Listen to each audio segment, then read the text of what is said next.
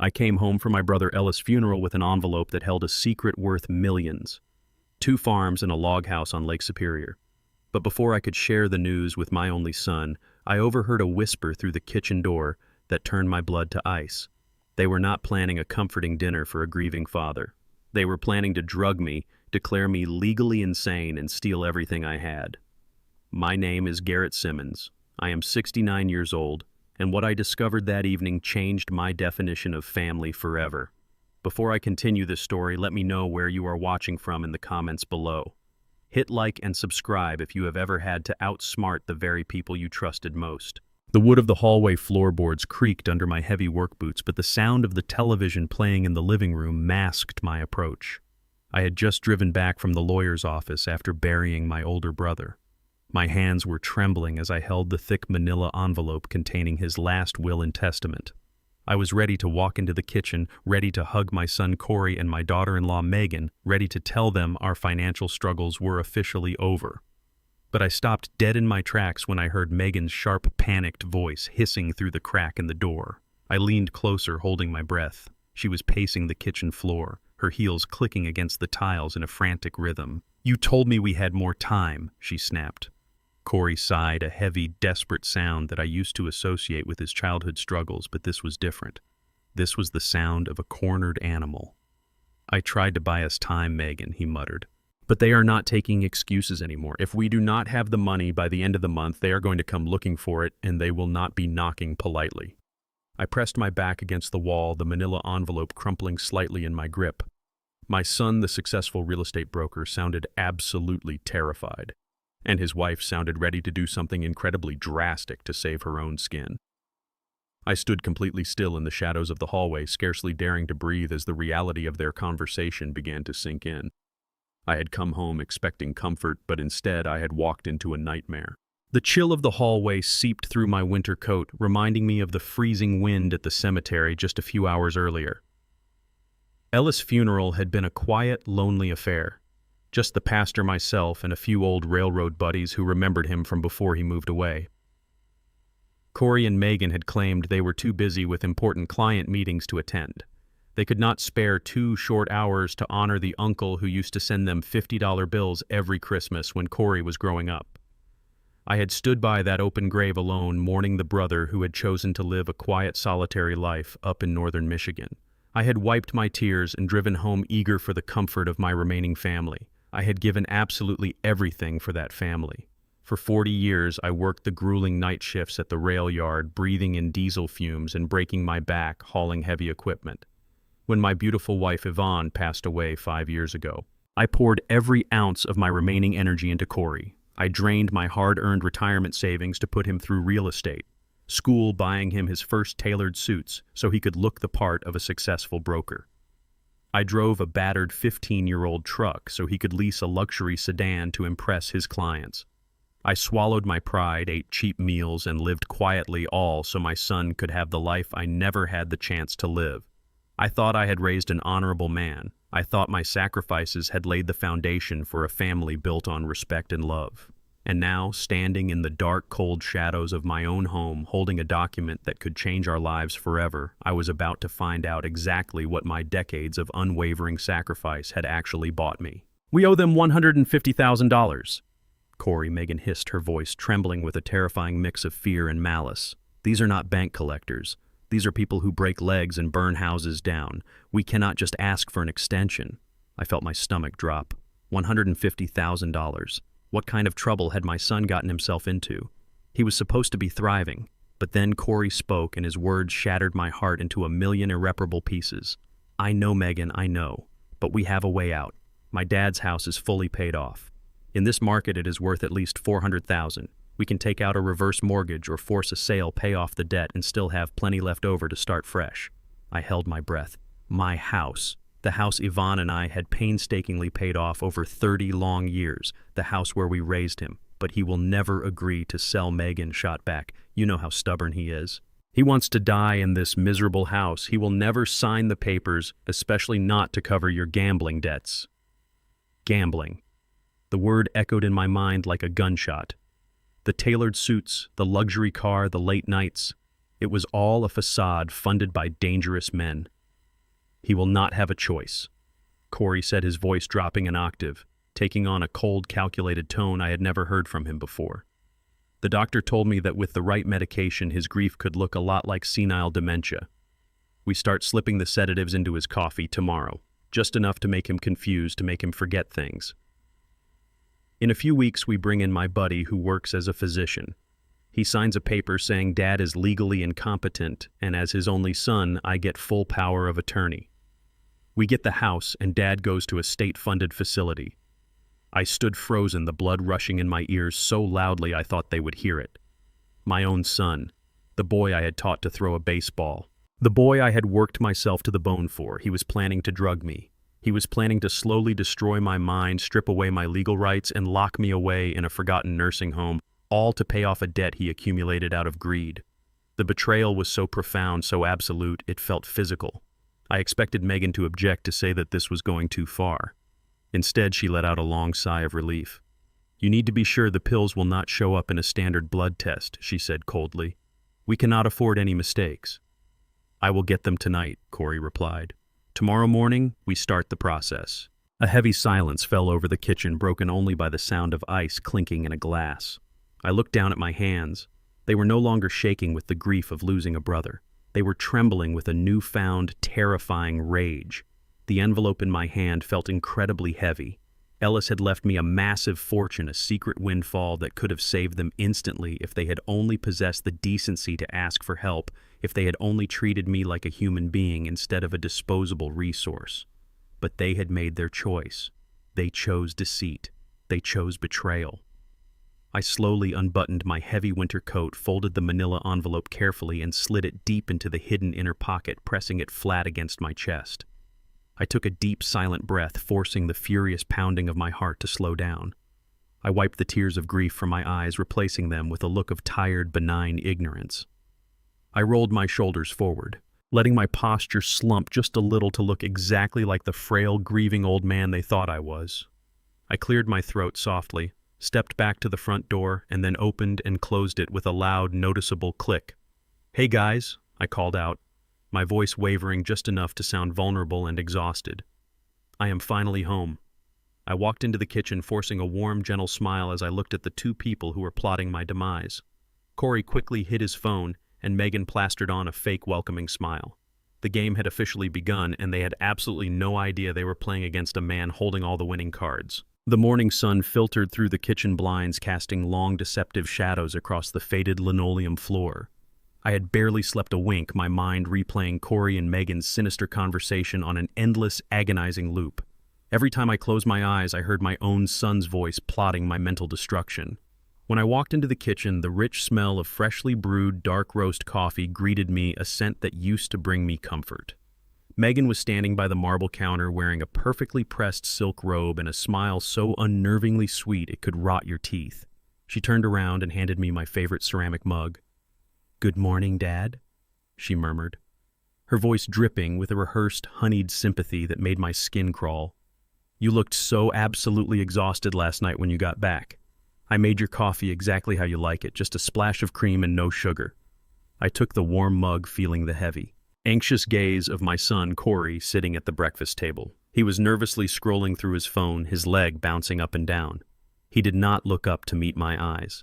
Then Megan reached into her silk pocket and placed 2 small, pale blue pills on the kitchen island right next to my hand.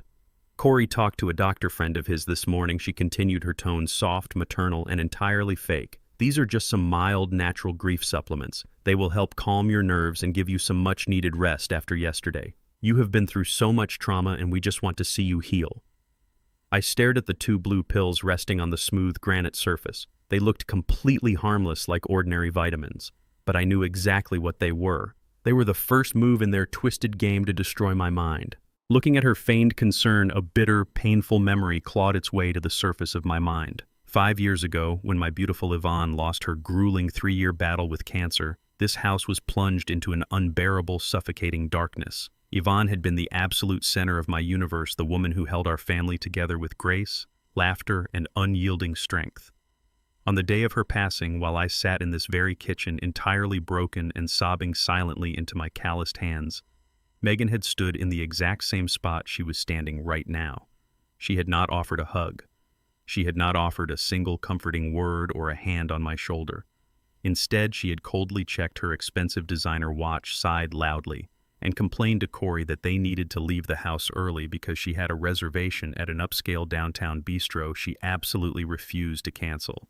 She had looked at my shattered, grieving self with a chilling detachment, as if my profound loss was nothing more than an inconvenient disruption to her weekend schedule. She possessed zero empathy. She was a woman who measured human worth strictly by financial utility and social status. Corey had married a shark, and slowly, systematically, under her constant influence, he had become one himself.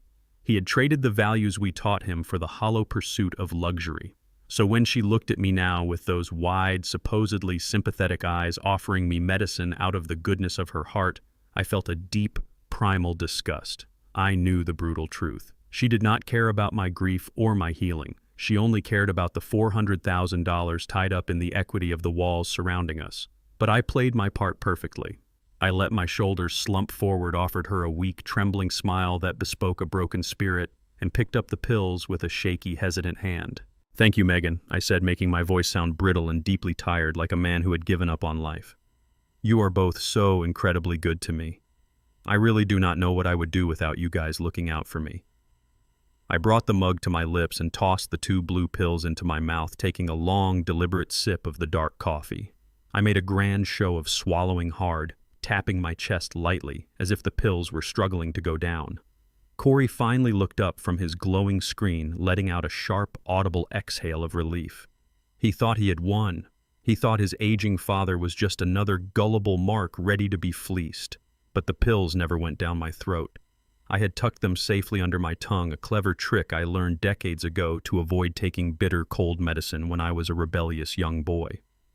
I took another slow sip of coffee, smiled vaguely at them with glazed eyes, and shuffled out of the kitchen toward the downstairs bathroom, leaning heavily on the doorframe for effect. As soon as I closed and locked the bathroom door, I spat the dissolving blue pills into a thick paper towel, rinsed my mouth thoroughly with cold tap water, and safely tucked the damp towel deep into my pants pocket. I waited 20 agonizing minutes sitting on the edge of the bathtub, pretending to feel increasingly drowsy and confused before walking back out and announcing that I needed to take a short walk to clear my head and get some fresh air. Corey eagerly encouraged it, clearly hoping the potent drugs would fully kick in while I was wandering the neighborhood, rendering me helpless. Instead, I walked straight down the block, making sure they were not watching from the windows, and headed to the local pharmacy 3 streets away.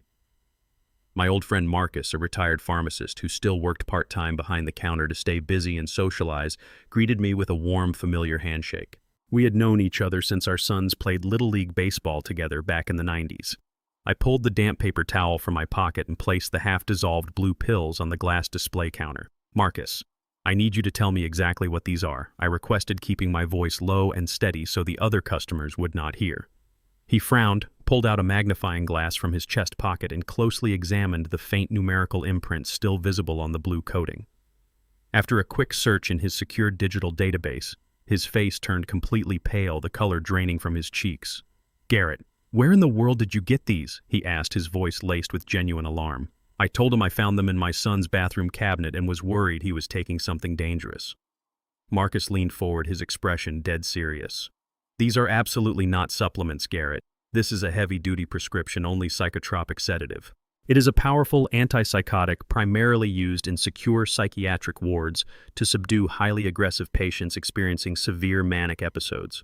If a healthy person, especially someone your age, takes a high dose of this drug, it causes extreme confusion, severe memory loss, slurred speech, and vivid, terrifying hallucinations. It essentially mimics the exact clinical symptoms of rapid-onset severe dementia. My blood ran completely cold, chilling my bones. Corey and Megan were not just trying to make me tired or groggy. They were actively trying to scramble my brain circuitry. They wanted to turn me into a babbling, incoherent shell of a man wandering the streets in a drug-induced psychosis, so any family court judge in the state would instantly grant them full legal guardianship over my life and my assets without a second thought. I thanked Marcus, my heart pounding a furious, deafening rhythm against my ribs, and quickly walked back to my house. The cold morning air felt sharp against my face, but it completely cleared my head. I was no longer just a disappointed father dealing with a misguided, financially ruined son. I was a man fighting for his basic survival against two highly dangerous, calculating predators who would stop at nothing to save themselves from the mob.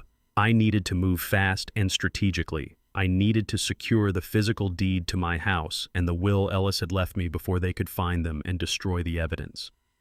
I quietly unlocked the front door and stepped inside the foyer. The house was dead silent. Corey and Megan had apparently left for work, confident that I would be wandering the streets in a severe drug-induced stupor, unable to remember my own name. I walked straight down the carpeted hall to my private study, the small, quiet room where Yvonne and I used to organize our bills, file our taxes, and keep our most important family documents safe. As I reached for the brass handle of my heavy oak desk, my breath caught violently in my throat. The wood around the top drawer was splintered and jagged, small pieces of oak littering the carpet. The heavy brass lock, which I had securely fastened just the night before, had been violently forced open with a screwdriver or a crowbar. The drawer was pulled slightly ajar, and I could see my personal files, tax returns, and old bank statements hastily thrown around inside in a chaotic mess. They had not waited a single day. The moment they thought I was drugged and out of the house, they had ruthlessly ransacked my private sanctuary. They were actively hunting for the property deed to force an immediate sale and pay off their violent creditors. The war had escalated far faster than I had ever anticipated, and looking at the ruined desk, I realized I had to protect my assets and strike back immediately before they completely destroyed my life. I wasted no time staring at the splintered wood of my ruined desk. Moving with a speed I had not used since my days working the freight trains, I went straight to the guest bedroom. I pulled back the heavy rug, lifted the loose floorboard, and retrieved the small fireproof lockbox they had entirely failed to notice. I grabbed my original property deed, my birth certificate, and shoved them into the inner pocket of my coat right next to my brother Ellis' sealed will. Within 15 minutes, I was out of the house and driving my battered truck across town. I needed a shark, and I knew exactly where to find one. Half an hour later, I was sitting in a high-backed leather chair across from Arthur Harrington. The air in his downtown office smelled of aged mahogany, expensive leather, and old money. Harrington was a 70-year-old legal predator, a veteran attorney who had fought alongside my brother Ellis in the trenches of corporate litigation for decades before Ellis retired. Harrington adjusted his gold-rimmed glasses, his sharp, calculating eyes scanning the last will and testament I had just placed on his massive desk. He did not offer empty platitudes or fake sympathy about my loss. He simply leaned back, steepled his fingers, and let out a low, rumbling chuckle that echoed off the wood-paneled walls. "Ellis always loved a good secret," Harrington muttered, his voice like grinding stones. "And your son Garrett just made the biggest mistake of his miserable life by trying to play you for a fool." I sat perfectly still, waiting for the veteran lawyer to explain what my brother had left me. Harrington opened a locked side drawer and pulled out a thick, heavy dossier bearing a federal government stamp. "Corey and his vicious wife probably think Ellis was just a broke hermit freezing to death up in northern Michigan," Harrington said, sliding the heavy file across the polished wood toward me. "But your brother was playing chess while the rest of the world was playing checkers." He tapped a manicured fingernail against the stack of legal contracts.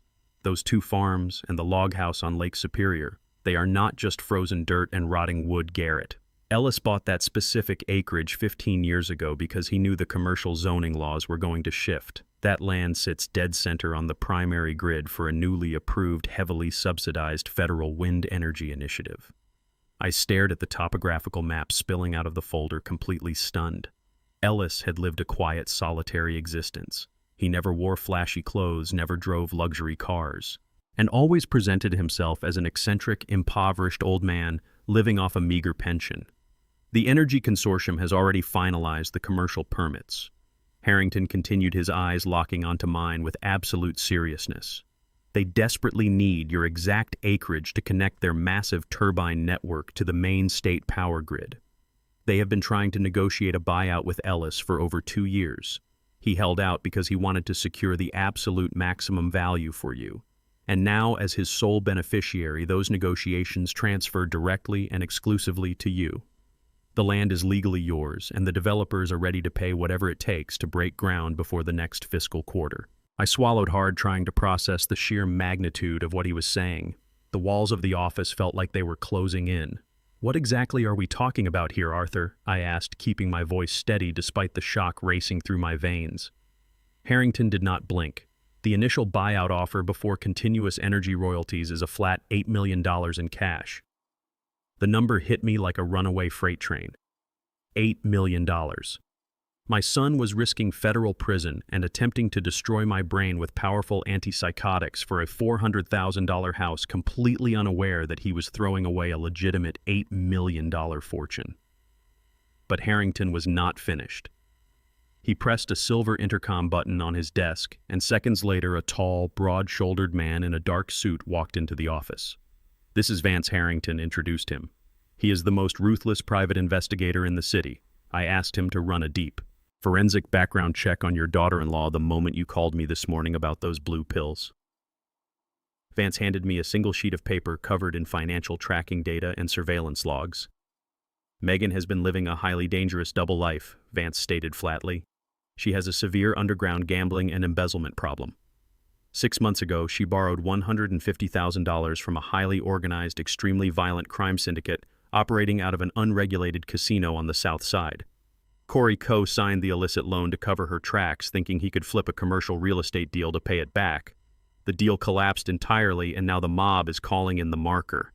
I felt a cold, heavy knot form in my stomach.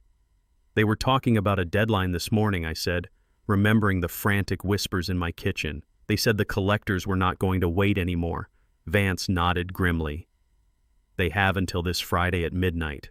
If they do not produce the $150,000 in cash by then, the syndicate will not just break their legs. They have explicitly threatened to take everything, starting with your son's life.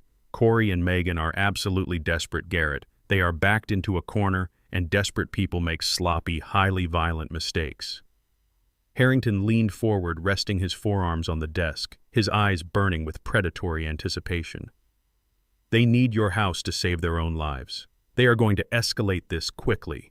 We have to lay a trap so flawless, so perfectly executed that when the jaws snap shut, they never see it coming." Before Harrington could outline the first step of our counterattack, the heavy silence in the office was shattered by the harsh buzzing of my cell phone in my pocket. I pulled it out and stared at the glowing screen. It was Corey. I exchanged a calculated look with Harrington, who gave me a silent, encouraging nod to answer. I cleared my throat, forcing my vocal cords to drop into that weak, confused tone I had practiced earlier, and accepted the call. "Hello, son," I mumbled, making my breathing sound deliberately shallow and erratic. "Dad, where are you?" Corey demanded, his voice thick with fake panic and an underlying aggressive urgency. "Megan came home for lunch and found the front door unlocked. We have been absolutely terrified. Are you wandering around outside somewhere?" "I just went for a walk, Corey," I replied, pretending to sound completely disoriented and lost. "I think my memory is a bit foggy today. Those supplements Megan gave me made me feel very dizzy." "That is exactly why I am calling you, Dad," Corey said, seizing the opportunity with a ruthless speed that thoroughly disgusted me. "Your grief is making you highly confused, and it is becoming incredibly dangerous for you to be unsupervised. You need proper legal protection. I am bringing a document home tonight. It is a medical power of attorney. It just allows me to make basic decisions for you in case you forget how to take care of yourself. You are going to sign it tonight, Dad, for your own good." The clinking of silverware against porcelain echoed in the dining room, but the sound felt more like a ticking time bomb than a family dinner. Megan had prepared a heavy pot roast, though neither of them seemed to possess an actual appetite. The air in the room was thick, suffocating, and charged with an anxious, predatory energy that made the hairs on the back of my neck stand up. I kept my gaze lowered, pushing a piece of roasted carrot around my plate with deliberately trembling hands, perfectly maintaining the facade of an old man slowly losing his grip on reality. Corey sat directly across from me, his knee bouncing under the table in a frantic, nervous rhythm. He cleared his throat, wiped his mouth with a linen napkin, and finally reached into his sleek, expensive leather briefcase resting on the empty chair beside him. He pulled out a crisp, thick stack of stapled legal papers and slid them across the polished mahogany table. The document stopped inches from my plate, the bright white paper glaring under the chandelier light. "Here it is," Dad, Corey said, his voice laced with that same sickeningly sweet, patronizing tone Megan had mastered. "It is just the medical power of attorney we talked about on the phone earlier today. It is absolutely nothing to worry about. It just gives me the legal ability to talk to your doctors and make sure your bills get paid if you are feeling too confused to handle them yourself. Just a basic standard safety net for the family." He placed a heavy gold-plated pen right on top of the signature line, tapping the paper twice with his index finger. I stared at that gold pen, and a profound, agonizing wave of sorrow washed over my chest, threatening to break my composure. I looked up at my son, taking in his tailored Italian suit, his expensive haircut, the arrogant set of his jaw. He looked absolutely nothing like the little boy who used to wait for me on the front porch with a worn-out baseball glove, begging for 10 minutes of catch before the sun went down. To give him this luxurious life, to put him in those expensive tailored suits, I had sacrificed my own body and youth without a single second of hesitation. For 20 consecutive years, I worked brutal, bone-crushing double shifts down at the industrial rail yard. I spent countless freezing winter nights walking the icy tracks, coupling heavy freight cars, while the bitter wind cut through my thin coveralls. I ruined my knees and destroyed my lower back just to ensure Corey never had to take out a single student loan for his expensive real estate college. Yvonne and I wore our clothes until they were threadbare and ate cheap canned soup so our only child could sit in climate-controlled classrooms and learn how to build generational wealth. I gave him the very marrow of my bones. And now, this boy, this man I had literally broken my physical body to elevate, was sitting across from me casually using a gold pen to strip away my fundamental human rights. He was not trying to protect my health or secure my future. He was actively orchestrating my mental destruction so he could liquidate my home and pay off a syndicate of violent criminals. The sheer weight of that betrayal was a physical pain, a sharp, twisting knife in my gut. But the pain quickly hardened into cold, unbreakable steel. The loving father who would have given his life for this boy died the moment I heard their plot in the kitchen. I was no longer a father dealing with a son. I was a man defending his survival against a thief. I let out a long, ragged sigh, purposefully making my breathing sound labored and shallow. I picked up the heavy gold pen, allowing my fingers to shake violently. The metal slipped slightly in my grip, and I let it clatter against the table before picking it up again, playing the role of the frail victim to absolute perfection. "I just do not understand why we need all these complicated papers, Corey," I mumbled, slurring my words slightly as if the phantom sedatives were actively short-circuiting my brain. "I am perfectly fine. Just a little tired, that is all." Megan leaned forward, resting her elbows on the table, her eyes gleaming with a hungry, predatory intensity that she could no longer hide. "We know you are fine, Dad," she cooed, exchanging a quick, triumphant glance with her husband. "But you went wandering off today without telling anyone where you were going. You could have gotten lost or hurt out there on the streets. We just want to protect you from yourself. Please. Just sign on the dotted line at the bottom of the page so we can all get some sleep and put this behind us." I nodded slowly, staring blankly at the paper, as if the legal jargon was a foreign language. In Arthur Harrington's mahogany office earlier that day, the veteran lawyer had prepared me for exactly this moment. Harrington had explained that a power of attorney must be executed flawlessly to be legally binding, especially at financial institutions that strictly verify identities against government records. He taught me a specific, highly effective legal trick to sabotage the document while making it look entirely legitimate to an untrained, desperate eye. I brought the pen down to the paper.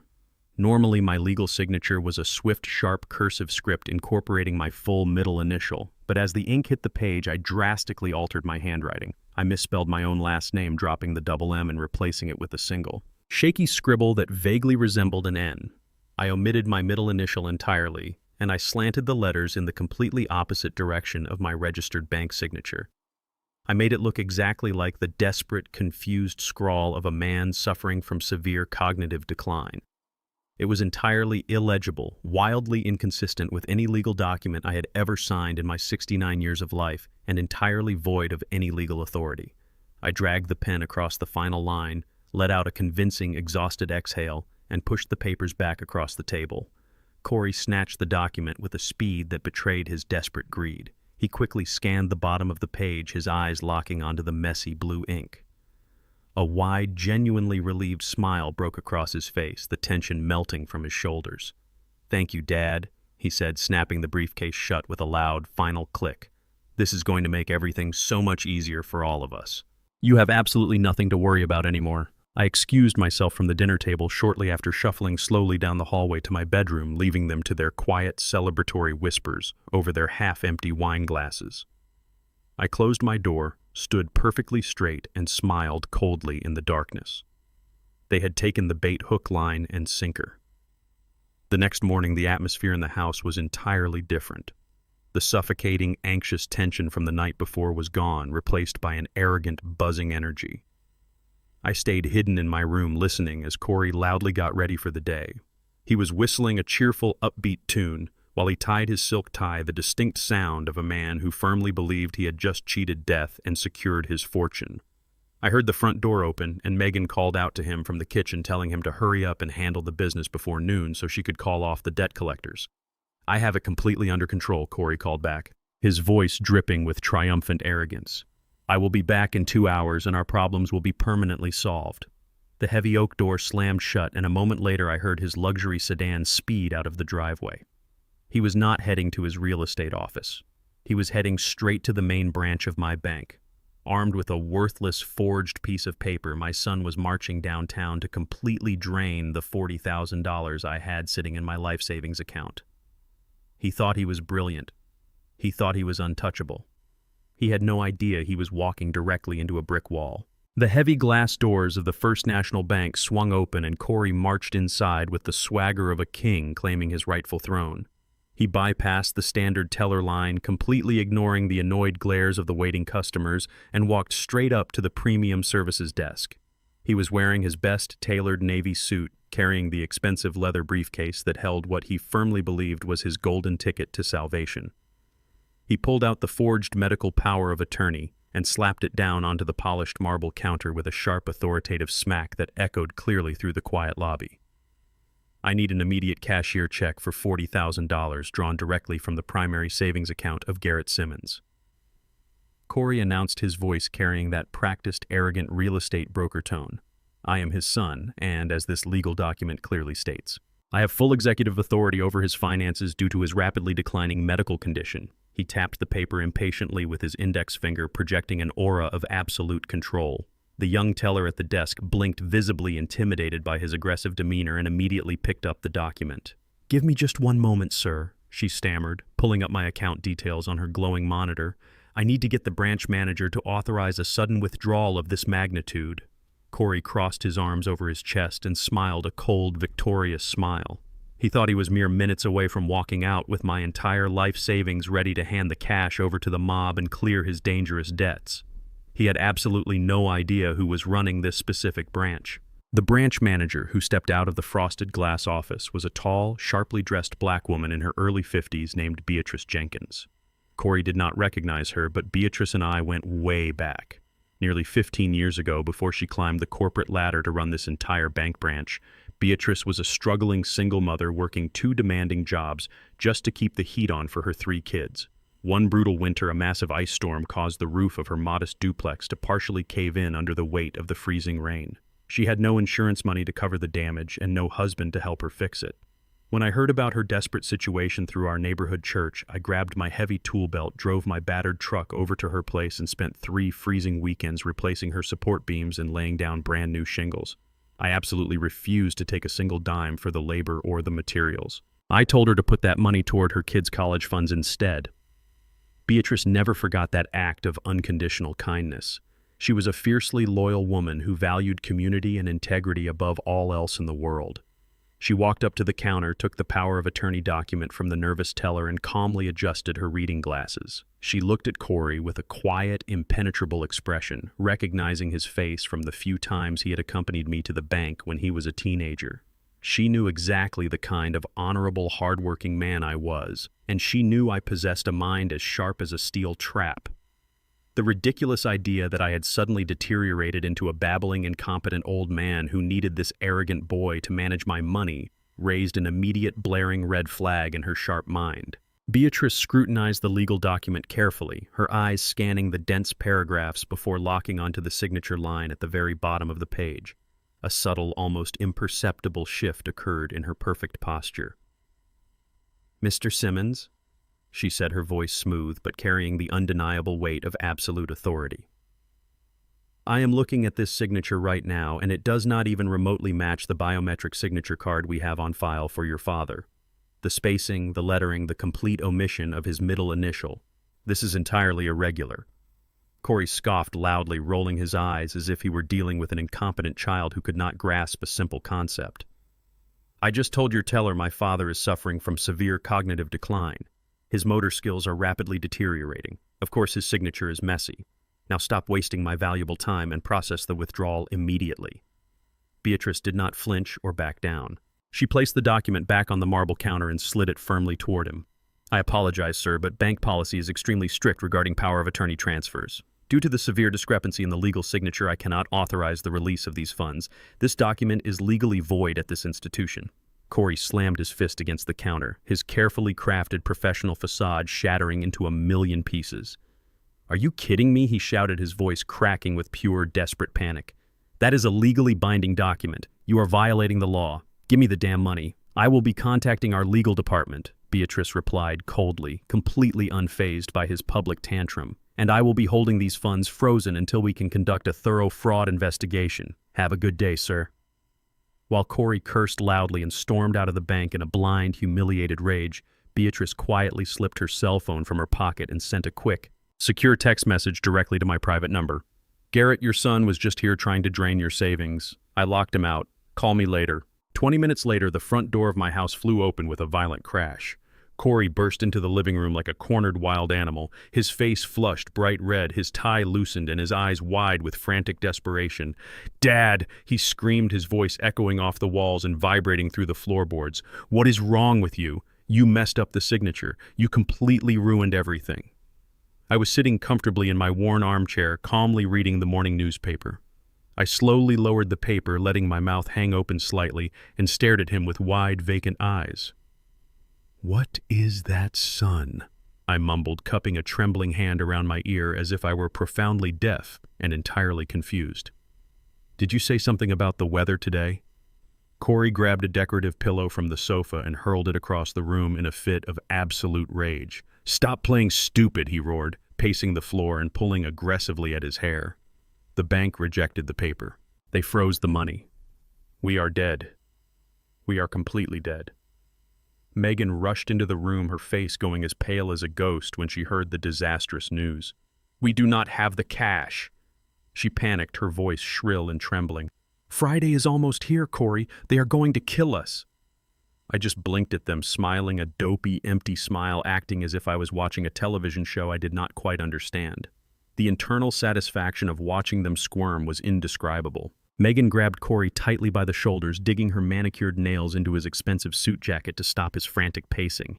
"Stop screaming," she hissed, her eyes darting toward me with a look of pure venomous calculation. "Screaming at the old fool is not going to magically produce $150,000. The bank is a total dead end. We need physical cash, and we need it right now." Corey looked at her entirely defeated, the arrogant real estate broker completely stripped away, leaving only a terrified boy facing the wrath of a violent mob. "What else can we do?" he whispered, his voice shaking. "We cannot force a bank transfer." Megan straightened her posture, her survival instinct kicking into overdrive. She pulled her phone from her pocket and began dialing a number with rapid, aggressive taps. "We liquidate the dirt he is standing on," she said coldly. "I know a guy. Someone who does not care about bank regulations or perfect signatures." An hour later, a heavy, demanding knock echoed through the house. Megan rushed to open the front door, ushering a man inside before any of the neighbors could see him on the porch. I watched silently from my armchair as a slick, dangerously polished white man in a sharp charcoal suit stepped into my living room. He carried a sleek silver briefcase and had the cold, dead eyes of a predator who made his living feeding on desperate people. "Dad," Megan said, her voice instantly returning to that sickeningly sweet fake tone as she gestured to the stranger. "This is Mr. Vance. He is a prominent local architect. He is just here to look at the structural integrity of the house to make sure you are living in a safe environment." Vance did not even bother to shake my hand or offer a polite greeting when he stepped through my front door. He simply pushed past me, his expensive leather shoes clicking harshly against the polished hardwood floor. I knew exactly what kind of man he was the moment he opened his mouth and began inspecting my living room. He was not an architect concerned with structural integrity or safety protocols. He was a black market real estate scavenger, a vulture who fed exclusively on desperate people looking to liquidate properties illegally and quickly.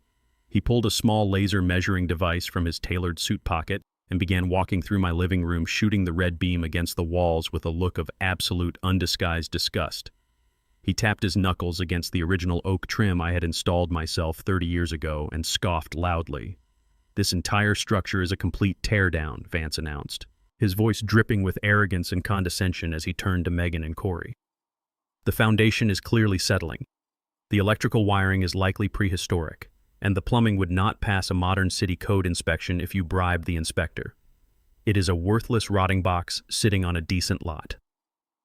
I sat quietly in my armchair watching this arrogant stranger insult the home I had built with my own two hands. Corey stood nervously by the doorway, sweating profusely, while Megan hovered next to Vance like an eager, desperate servant trying to please a harsh master. They were so consumed by their own panic that they paid absolutely no attention to me as I slowly pushed myself up from my chair and shuffled over to the windowsill, picking up a small plastic watering can. I began to carefully water the line of potted African violets sitting on the windowsill. Yvonne had planted these exact flowers decades ago when we first moved in. She used to stand in this very spot, humming soft gospel tunes while she pruned the delicate leaves, pouring her gentle love into every single petal. She always said that a house only becomes a home when you actively nurture the life inside it. I had spent countless weekends maintaining this property, fixing the plumbing, upgrading the electrical panels, and reinforcing the foundation to ensure my family always had a safe, sturdy roof over their heads. My house was in flawless condition, built to last a century. Vance was deliberately lying to drive down the illegal purchase price, exploiting Corey and Megan's frantic desperation for quick cash. They thought I was just a senile old man puttering around with my gardening, completely oblivious to the ruthless business transaction happening right behind my back. But my hands were completely steady as I adjusted my thick flannel cardigan. With a slow, deliberate motion, I reached into my breast pocket, retrieved the small digital audio recorder Harrington had explicitly instructed me to buy, and pressed the raised record button with my thumb. A tiny red light blinked once, signaling that the device was actively capturing every single word spoken in my living room. I let out a soft, rambling hum, pouring a thin stream of water into the rich soil, playing the role of the oblivious elder to absolute perfection. I was documenting the exact moment my son and his wife conspired to illegally sell my home to a predatory black market buyer. I kept my back turned, listening intently as the trap I was building began to close around them with mechanical precision. Vance finished his rapid inspection of the ground floor and aggressively snapped his measuring tool shut. He turned to Megan and Corey, crossing his arms over his chest to establish his total dominance over the situation. "I am not going to sugarcoat this for you two," Vance stated flatly, his tone cold and purely transactional. "You are trying to move a distressed property off the official market with highly questionable authorization. That carries significant legal risk for my holding company. I do not care about the house. I only care about the dirt it is sitting on. I will give you $180,000 in untraceable cash tomorrow morning for the lot. Not a single penny more." Corey gasped, his face turning an even sickly shade of pale as the number registered in his panicked mind. 180,000, Corey stammered, stepping forward with his hands raised pleadingly. "That is less than half of the current market value. The neighborhood comps are well over $400,000 right now. You are robbing us blind." Vance let out a harsh, barking laugh that held absolutely zero humor. "I am not robbing you, kid. I am offering you a highly illegal lifeline. You need cash immediately, and I am the only person in this city who can physically produce that amount of untraceable currency in under 24 hours without asking any annoying questions. Take it or leave it. But let me be perfectly clear about my terms." He leaned in closer, dropping his voice to a threatening whisper that was easily captured by the highly sensitive microphone hidden in my pocket. "I will have the cash ready by tomorrow at noon. But I need the old man's physical, legally verified signature on a transfer of deed document today. Not a medical power of attorney, not a proxy form. I need his actual signature on the exact paperwork I provide, witnessed and dated. If I do not have that document in my hands by tonight, the deal is completely off, and you can figure out how to pay your friends on the south side all by yourselves." Megan stepped in front of Corey, her eyes flashing with a desperate, ruthless determination that completely erased any remaining doubt about her character. "We will get it," she promised, her voice trembling but absolutely resolute. "You will have the signed deed tonight. I do not care what I have to do or how I have to make him do it. I will force the pen into his hand if necessary. Just have the money ready for us tomorrow." Vance smirked, displaying a cruel, satisfied expression. "Good. I will send a courier with the paperwork in an hour. Do not disappoint me." He turned on his heel and marched out of the front door without another word, leaving a heavy, toxic silence in his wake. The heavy front door slammed shut, and Megan instantly whirled around to face Corey, her face contorted with sheer panic and unbridled fury. "We have to make him sign it, Corey," she hissed viciously, pointing an accusing finger toward my back as I continued to water the plants. "We will hold his hand down and physically force the pen across the paper if we have to. I do not care if we have to starve him or lock him in his room." Before Corey could respond to her monstrous threats, the sharp, shrill ringing of the kitchen landline shattered the unbearable tension in the room. We rarely used the landline anymore, and the sudden violent noise made Corey physically jump. He stared at the phone mounted on the wall as if it were a venomous snake preparing to strike. Megan froze, her breathing turning shallow and rapid. Neither of them made a single move to answer it, still playing the part of the oblivious, confused elder. I shuffled slowly into the kitchen and lifted the receiver from the wall mount. "Hello?" I answered, my voice deliberately weak and raspy. The voice on the other end of the line was not a telemarketer or a friendly neighbor. It was a deep, gravelly voice, cold as absolute ice and completely devoid of any human empathy. "Listen to me very carefully." The man growled the dark threat in his words, sending a genuine chill down my spine. "Tell Megan and that pathetic husband of hers that Friday is coming fast. If we do not have our $150,000 by midnight, we are not just going to break their legs. We are going to burn that nice house to the ground with everyone inside it. Do not make us come looking for you." The line went dead with a sharp, heavy click. I slowly lowered the receiver, keeping my hand perfectly steady as my hidden recorder captured every single word of the terrifying threat that had just sealed their fate. I slowly placed the receiver back onto the wall mount, turning around to face the sheer terror written across my son and daughter-in-law's faces.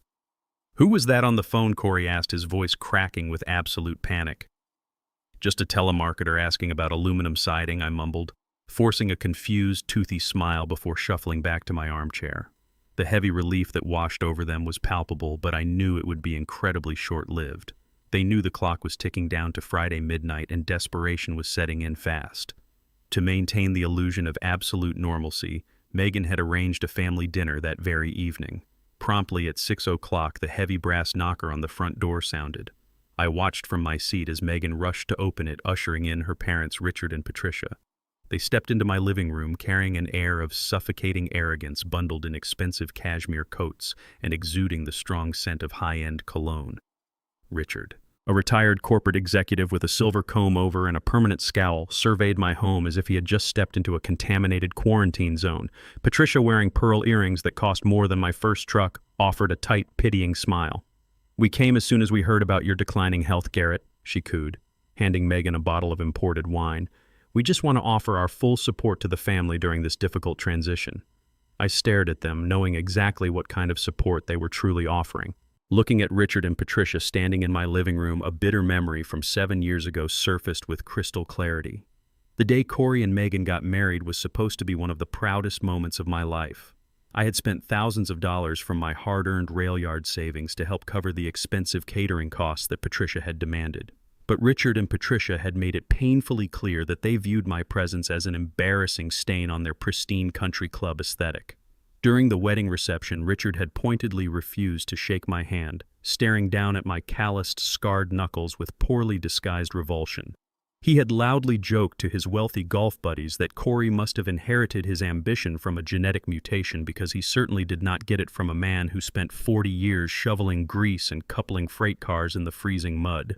Patricia had deliberately arranged the seating chart so that my few rail yard friends and I were tucked away in a dark, drafty corner near the swinging kitchen doors, entirely separated from their affluent upper-crust guests. They had treated me like a lower-class servant who had accidentally wandered into their high-society gala. I swallowed that immense humiliation in absolute silence because I loved my son and wanted his new marriage to succeed. I smiled through the blatant disrespect, hoping their arrogance would eventually soften into mutual familial respect. I was dead wrong. Their elitist disdain had only festered and grown. They did not view me as a human being who had worked himself to the bone to provide for his family. They saw an uneducated blue-collar black man who was currently occupying a piece of prime real estate they desperately wanted to liquidate. We gathered around the dining table, the atmosphere thick with unspoken agendas and fake pleasantries. Megan served the roast chicken, her hands shaking slightly as she poured the wine for her father. I kept my digital recorder actively running in my breast pocket, securely hidden beneath my thick flannel sweater. I decided it was time to bait the trap. I pushed a piece of chicken around my plate and looked up at Richard with wide, vulnerable eyes. "Corey mentioned earlier that my mind is going, Richard," I murmured, letting my voice waver pathetically. "He says I need to leave my home immediately, but I simply do not have the money to pay for a fancy care facility. Where am I going to go?" Richard took a long, arrogant sip of his wine, clearly relishing the opportunity to assert his absolute dominance over a man he considered his inferior. "You do not need to worry your tired head about the financial logistics," Garrett Richards stated, his tone dripping with condescension. "Patricia and I are stepping in to handle the heavy lifting. We have already secured a bed for you at Green Pines down in the valley. It is a very basic state-subsidized facility, but it will keep you safe and out of the way." I widened my eyes, pretending to be deeply confused by his sudden, uncharacteristic generosity. "But Green Pines requires a substantial upfront deposit," I stammered. "How can Corey afford that when he is struggling to pay his own bills?" Richard scoffed loudly, shooting a look of pure disgust at Corey, who sat in silence staring at his plate. "Corey is not paying for anything because Corey is financially incompetent," Richard declared, leaning forward and resting his elbows aggressively on my table. "Patricia and I are personally fronting the $20,000 admission fee to get you admitted by tomorrow afternoon. But understand this, Garrett. We are not running a charity operation. We consider this a high-yield bridge loan. Once you are safely locked away in that facility, Corey and Megan are going to immediately liquidate this property to that cash buyer they found today. As compensation for securing your placement and bailing out my foolish son-in-law from whatever mess he has created, my wife and I are taking a guaranteed 30% cut of the physical cash sale." We drew up the binding contract this morning. The sheer audacity of his confession was staggering. Richard was sitting in my own dining room, eating my food, actively confessing to funding an illegal elder abuse scheme to profit off the fraudulent sale of my home. "So you are buying me a cheap bed just so you can take a massive cut of my house?" I asked softly, leaning forward to ensure the hidden microphone picked up every single syllable of his response. "It is a standard return on investment," Richard replied coldly, slicing into his meat with mechanical precision. "You get a clean bed and 3 square meals a day, and we get a solid return on the capital we are risking to clean up Corey's massive financial mess. It is a win for everyone involved." Megan quickly chimed in, trying to soften her father's brutal honesty. "It really is for the best, Dad. You will be surrounded by doctors who can help your memory. You just need to sign the property transfer papers tonight, and my parents will handle the rest of the transition." I looked around the table at the 4 faces staring back at me. They were entirely convinced they had backed a helpless old man into a corner. They truly believed I had absolutely no choices left, no resources to fight back, and no functioning brain cells to comprehend their crimes. I offered them a wide, grateful smile, the exact kind of smile a deeply senile, defeated man gives when he finally surrenders to his caretakers. "Thank you, Richard," I whispered, reaching up to pat my chest right where the digital recorder was capturing every damning word. "You have no idea how much clarity you have given me tonight." As they returned to their meals, exchanging smug, victorious glances, I sat quietly enjoying the roast chicken. I now possessed crystal-clear, unassailable audio evidence of my wealthy, arrogant in-laws explicitly confessing to criminal conspiracy and elder fraud. The net was widening, and they had just gleefully marched right into the center of it. The heavy atmosphere from the dinner party lingered into the next morning, but Corey was completely out of time. His Friday midnight deadline with the mob was breathing down his neck like a loaded gun.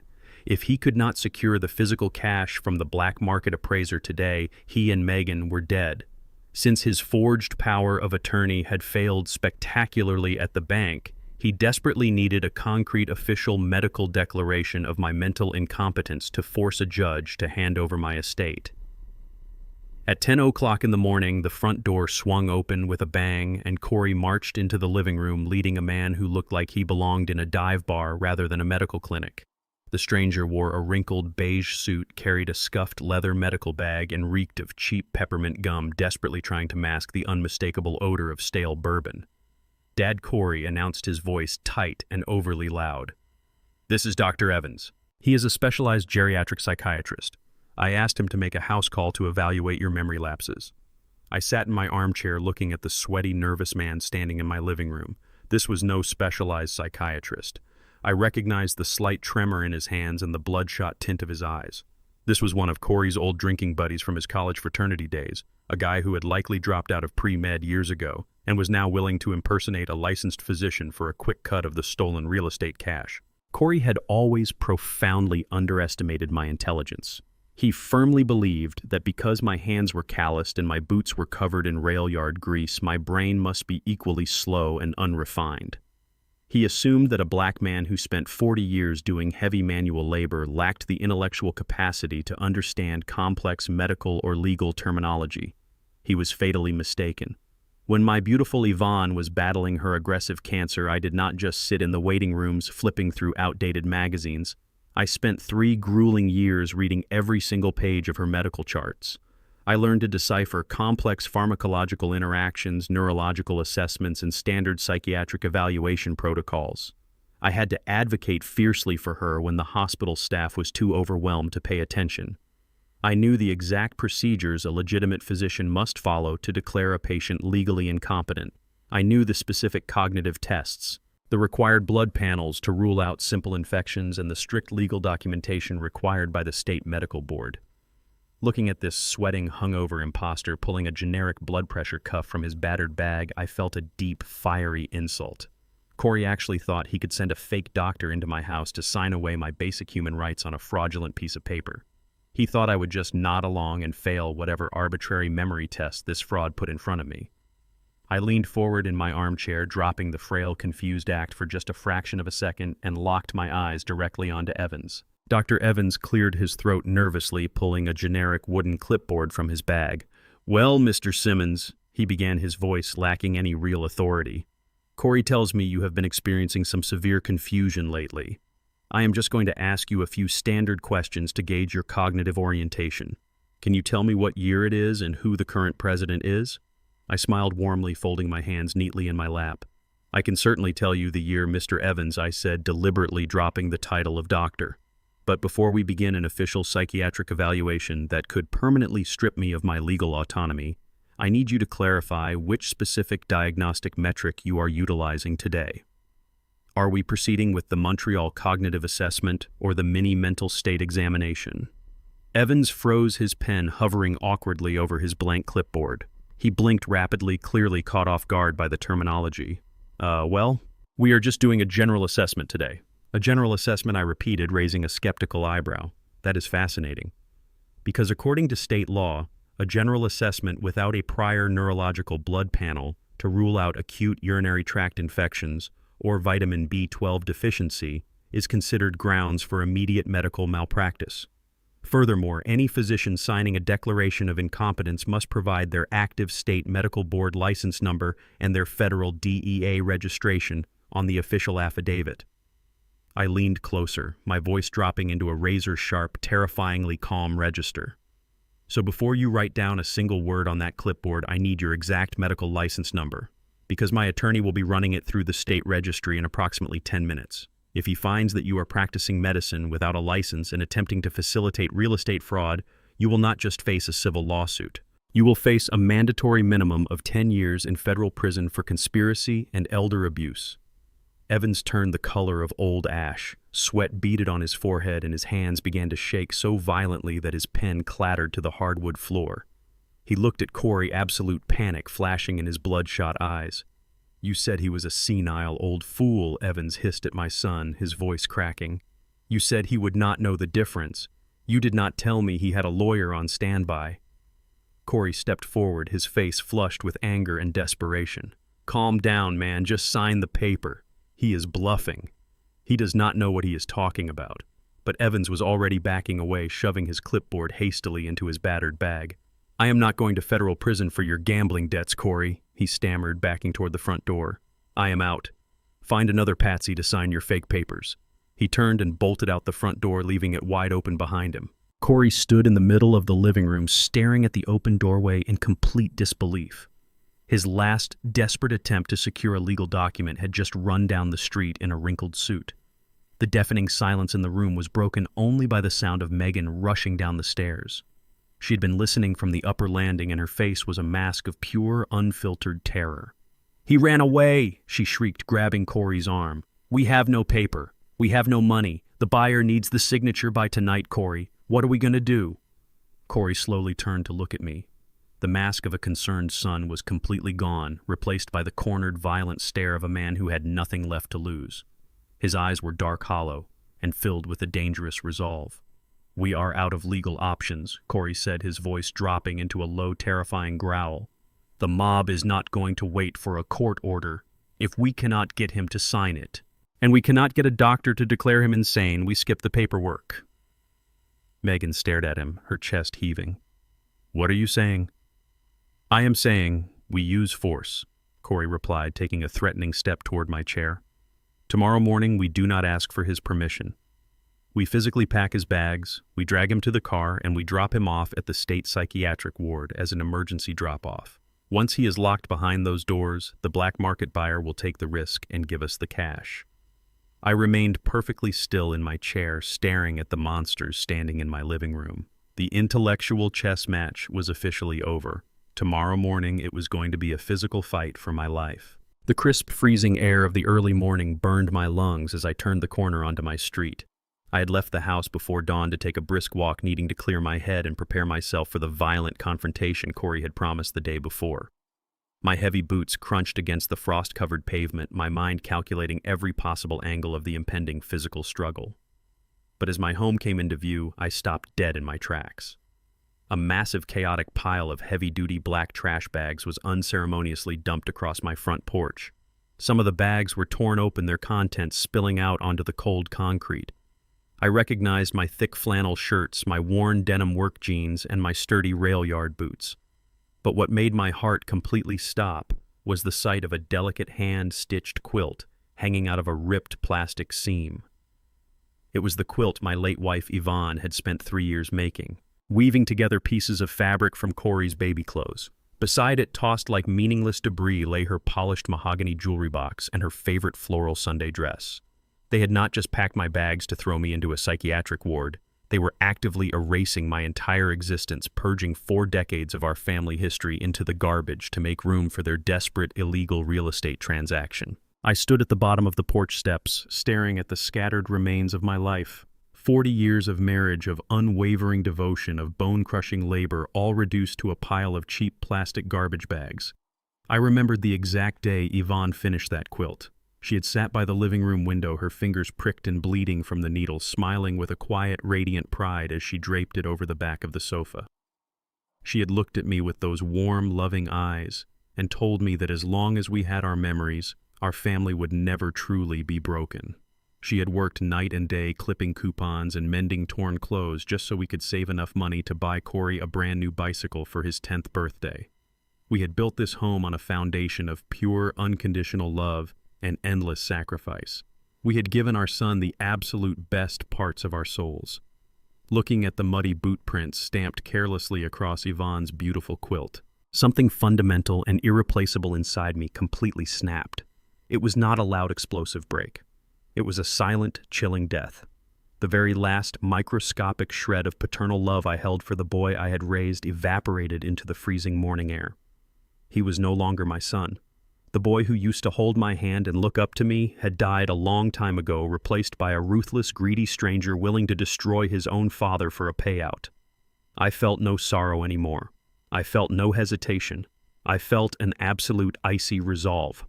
I was not just a grieving widower fighting to keep his house.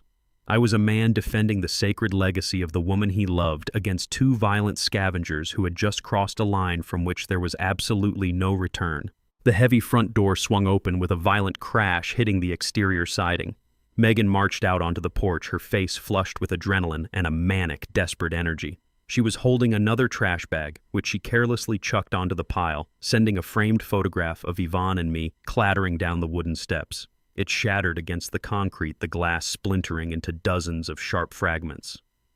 "There you are," she shrieked, her voice echoing loudly down the quiet residential street. "Do not even think about trying to run away or putting up a fight. Corey is inside gathering your medical records. The private transport van from the state psychiatric facility is going to be here in exactly 10 minutes. You are going to get into the back of that van, you are going to keep your mouth completely shut, and you are going to let the doctors take care of your failing mind." I did not raise my voice. I did not flinch. I slowly reached into the inner pocket of my heavy winter coat and pulled out my cell phone, gripping it tightly in my right hand. "I am not going anywhere. Megan," I stated, my voice rumbling with a low, dangerous authority that made her momentarily freeze. "And neither are you. You have just destroyed my property, and you are actively attempting to commit kidnapping." Megan's eyes widened in sheer panic as she saw the phone in my hand. Her arrogant facade cracked, replaced by the feral desperation of a criminal who knew her time was completely up. "Give me that phone," she screamed, lunging down the steps with surprising speed. She threw her entire body weight against me, her manicured nails digging violently into my forearm as she tried to physically wrestle the device from my grip. She scratched at my skin, her breathing ragged and heavy, kicking her expensive boots against my shins. "Give it to me right now. You are a crazy, senile old man. Nobody is going to believe a single word you say." I planted my feet firmly on the concrete, drawing on the immense physical strength I had built over 40 years of coupling massive steel freight cars. I did not strike her, but I stood like an immovable brick wall. I effortlessly locked my free hand around her wrist, peeling her clawing fingers off my coat with a firm iron grip. She gasped, shocked by the sheer physical power of the man she mistakenly thought was frail and broken. "Let go of me, you old fool," she spat, twisting wildly to free herself. "The transport is coming. You are done. We own this house now. You are going to die in that asylum, and we are going to take every single penny you have." I released her wrist, stepping back just as the front door opened again, and Corey ran out, holding a stack of forged medical files, his face pale and slick with nervous sweat. "What is taking so long?" Corey yelled, looking frantically down the street. "The buyer needs the house empty by noon." Before Corey could rush down the porch steps to assist his wife in physically dragging me away, a sharp, piercing sound sliced through the quiet morning neighborhood. The distinct, deafening wail of emergency sirens echoed from the main intersection, growing rapidly louder with each passing second. Flashing red and blue lights reflected off the frost-covered windows of the surrounding houses, cutting through the bleak morning sky. A heavy armored police cruiser sped around the corner, its tires screeching loudly as it tore down the street and aggressively angled onto the curb directly in front of my driveway. Another cruiser immediately followed, blocking any possible exit. Megan let out a breathless, triumphant laugh, her chest heaving as she stumbled back up the porch steps to stand beside Corey. She looked down at me with a malicious, victorious sneer. "Corey called them 20 minutes ago," she announced, practically vibrating with arrogant delight. "He told the dispatcher that his elderly father was having a severe, violent psychotic break and needed an emergency police escort to the psychiatric ward. You played right into our hands. You are completely finished."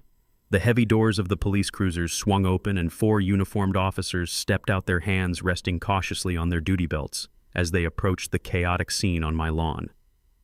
Corey stepped forward, waving the forged medical files in the air, ready to deliver his masterclass acting performance of the terrified, loving son. But he froze completely when the lead officer bypassed me, entirely marched straight up the porch steps, and pointed directly at him and Megan. My phone was still glowing in my hand. They thought they had called the police to lock me away. They had no idea I had dialed 911 an hour ago, reporting a violent home invasion and severe elder abuse. The lead officer did not reach for his radio to call for a psychiatric transport. Instead, he pointed a stern finger directly at Corey and Megan, demanding an immediate explanation for the chaotic scene spilling across my front lawn. Corey instantly flipped a switch, delivering a masterclass acting performance that would have won him an award if the stakes were not so horrifying. He dropped his forged medical files onto the grass, raised both of his hands in a gesture of absolute surrender, and burst into violent, hyperventilating tears. He stumbled forward, begging the officers for help, claiming that his elderly father was suffering from severe late-stage dementia and had suddenly become dangerously violent. He pointed a trembling finger at the scattered trash bags containing my clothes and Yvonne's sacred quilts, telling the police that I had thrown my own belongings out of the house in a fit of paranoid psychosis. He sobbed, portraying himself as a terrified, exhausted son who was simply trying to get his sick father to a safe medical facility before I hurt myself or someone else in the neighborhood. Megan immediately chimed in, wrapping her arms around herself and shivering, playing the role of the traumatized daughter-in-law who was terrified of my supposed unpredictable rage. The four officers, their hands resting cautiously on their duty belts, turned their collective attention toward me, assessing the potential threat I posed. I stood completely still on the frost-covered concrete, fully aware of the terrifying reality of my situation. I was a 69-year-old black man standing on my own property with four armed police officers slowly advancing toward me, evaluating whether or not I was a violent threat based on the hysterical lies of a younger, affluent-looking couple. I knew the grim statistics. I knew the systemic bias that permeates these kinds of encounters. One wrong move, one raised voice, one defensive gesture born out of righteous indignation, and this situation could instantly escalate into a fatal tragedy. It was a bitterly cruel irony. When Corey was a teenager, I had sat him down at our kitchen table and given him the exact same survival talk that countless black fathers have to give their sons. I taught him how to behave around law enforcement to ensure he made it home alive. Keep your hands visible at all times. Speak slowly and clearly. Do not argue. Do not raise your voice. And never make sudden movements. Now, decades later, I found myself relying on those exact same survival tactics to protect myself against a deadly narrative spun by the very son I had tried to protect. I deliberately softened my posture, letting my shoulders drop and keeping my empty hands open and resting loosely at my sides. I took a slow, deep breath, burying the volcanic rage boiling inside my chest under a thick layer of absolute polite calm. I knew that if I showed even a fraction of the anger I felt about Yvonne's belongings being trashed, Corey's narrative of a psychotic episode would be instantly validated in the eyes of the law. I had to be the most reasonable, docile, and articulate person on this entire street. The lead officer stepped carefully down the porch stairs and approached me, his eyes scanning my face for any signs of the madness Corey had just described. I did not wait for him to interrogate me. I spoke softly, respectfully, addressing him with a steady, unwavering voice. I calmly explained my name, confirmed my date of birth, and stated clearly that I was the sole legal owner of this property.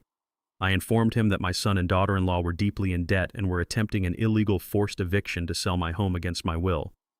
I then politely pointed out that I was the individual who had dialed 911 over an hour ago to report property damage and elder abuse. The officer frowned, his brow furrowing as he mentally compared Corey's frantic sobbing theatrics with my steady, highly articulate demeanor. He turned back to look at the scattered trash bags, then looked at Megan.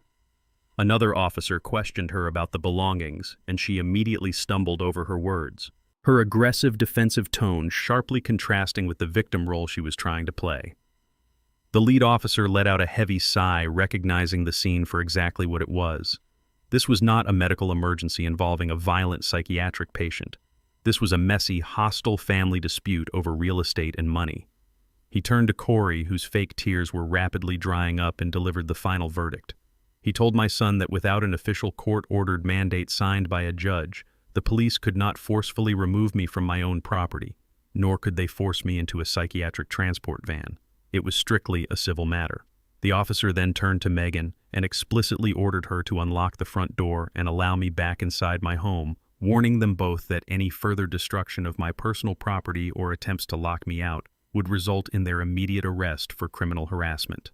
Defeated, humiliated, and exposed in front of the watchful neighbors, Corey realized that brute physical force had completely failed. He glared at me with pure, unadulterated hatred as the police cruisers slowly pulled away from the curb. Once inside the house, Corey did not say a word to me. He marched straight to his briefcase and grabbed the stack of forged medical documents. If he could not use physical force to remove me, he was going to weaponize the legal system. He ordered Megan to get in the car, stating that they were driving straight to the county courthouse to file an emergency guardianship petition. I stood quietly in the foyer and watched through the front window as their luxury sedan sped recklessly out of the driveway. I did not feel a single ounce of fear or anxiety about their impending legal maneuvers. Instead, I felt the cold, calculated anticipation of a seasoned hunter watching his prey step willingly into an inescapable snare. I calmly walked into my ruined study, ignoring the splintered wood of my desk, and waited.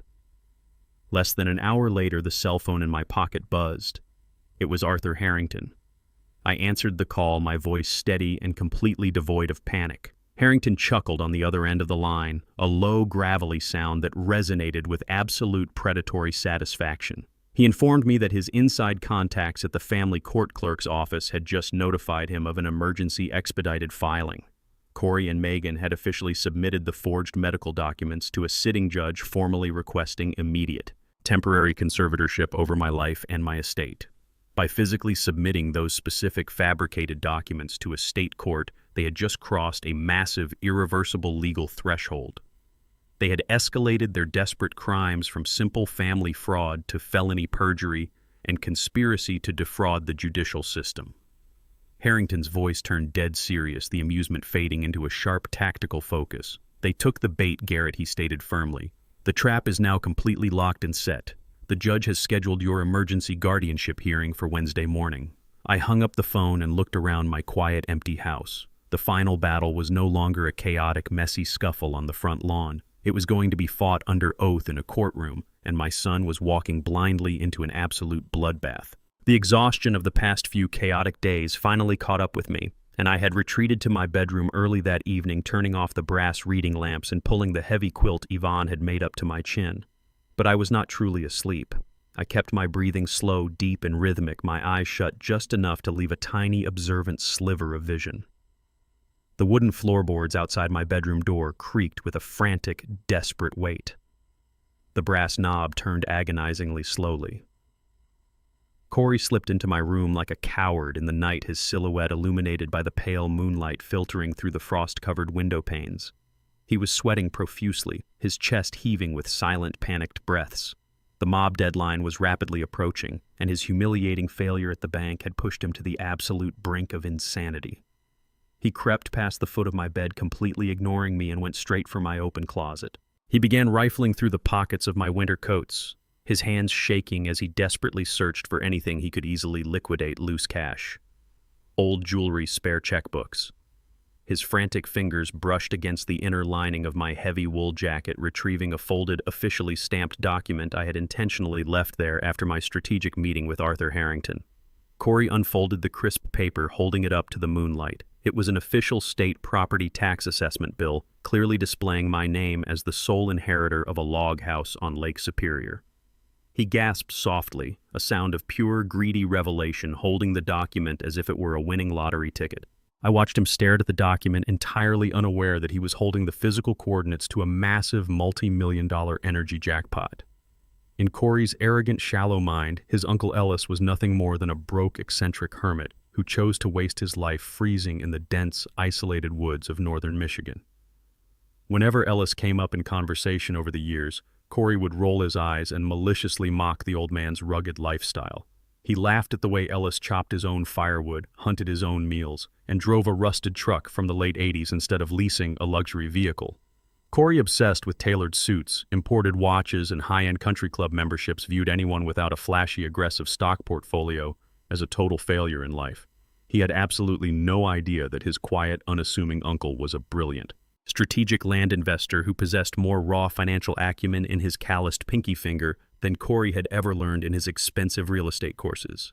Ellis had purchased those specific barren acres decades ago for pennies on the dollar because he meticulously studied government zoning proposals and long-term infrastructure blueprints. That freezing, isolated dirt was sitting dead center on the primary grid for a massive, federally subsidized commercial wind farm project.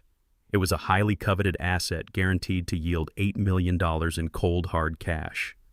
But Corey saw the words log house and instantly imagined a rotting, worthless wooden shack sinking into the mud. He viewed the property not as a generational fortune, but as a quick, disposable scrap of leverage he could throw to the violent wolves to save his own skin. Clutching the tax document tightly against his chest, Corey quietly backed out of my bedroom, gently pulling the heavy door shut behind him. I lay perfectly still, listening as his rapid footsteps moved down the hallway and into the kitchen, followed by the urgent, hushed tone of his voice calling for Megan. I did not need to be in the room to know exactly what he was about to do. Pushed to the absolute edge by the looming Friday midnight deadline from the violent loan sharks, my son was firing up his laptop to commit a major federal crime. As a licensed real estate broker, Corey knew the legitimate housing market was entirely closed to him. He could not run a standard title search or list a property through conventional agencies without my physical presence and legally verified notarized consent. But his years of cutting corners had also taught him how to navigate the dark, unregulated corners of the internet.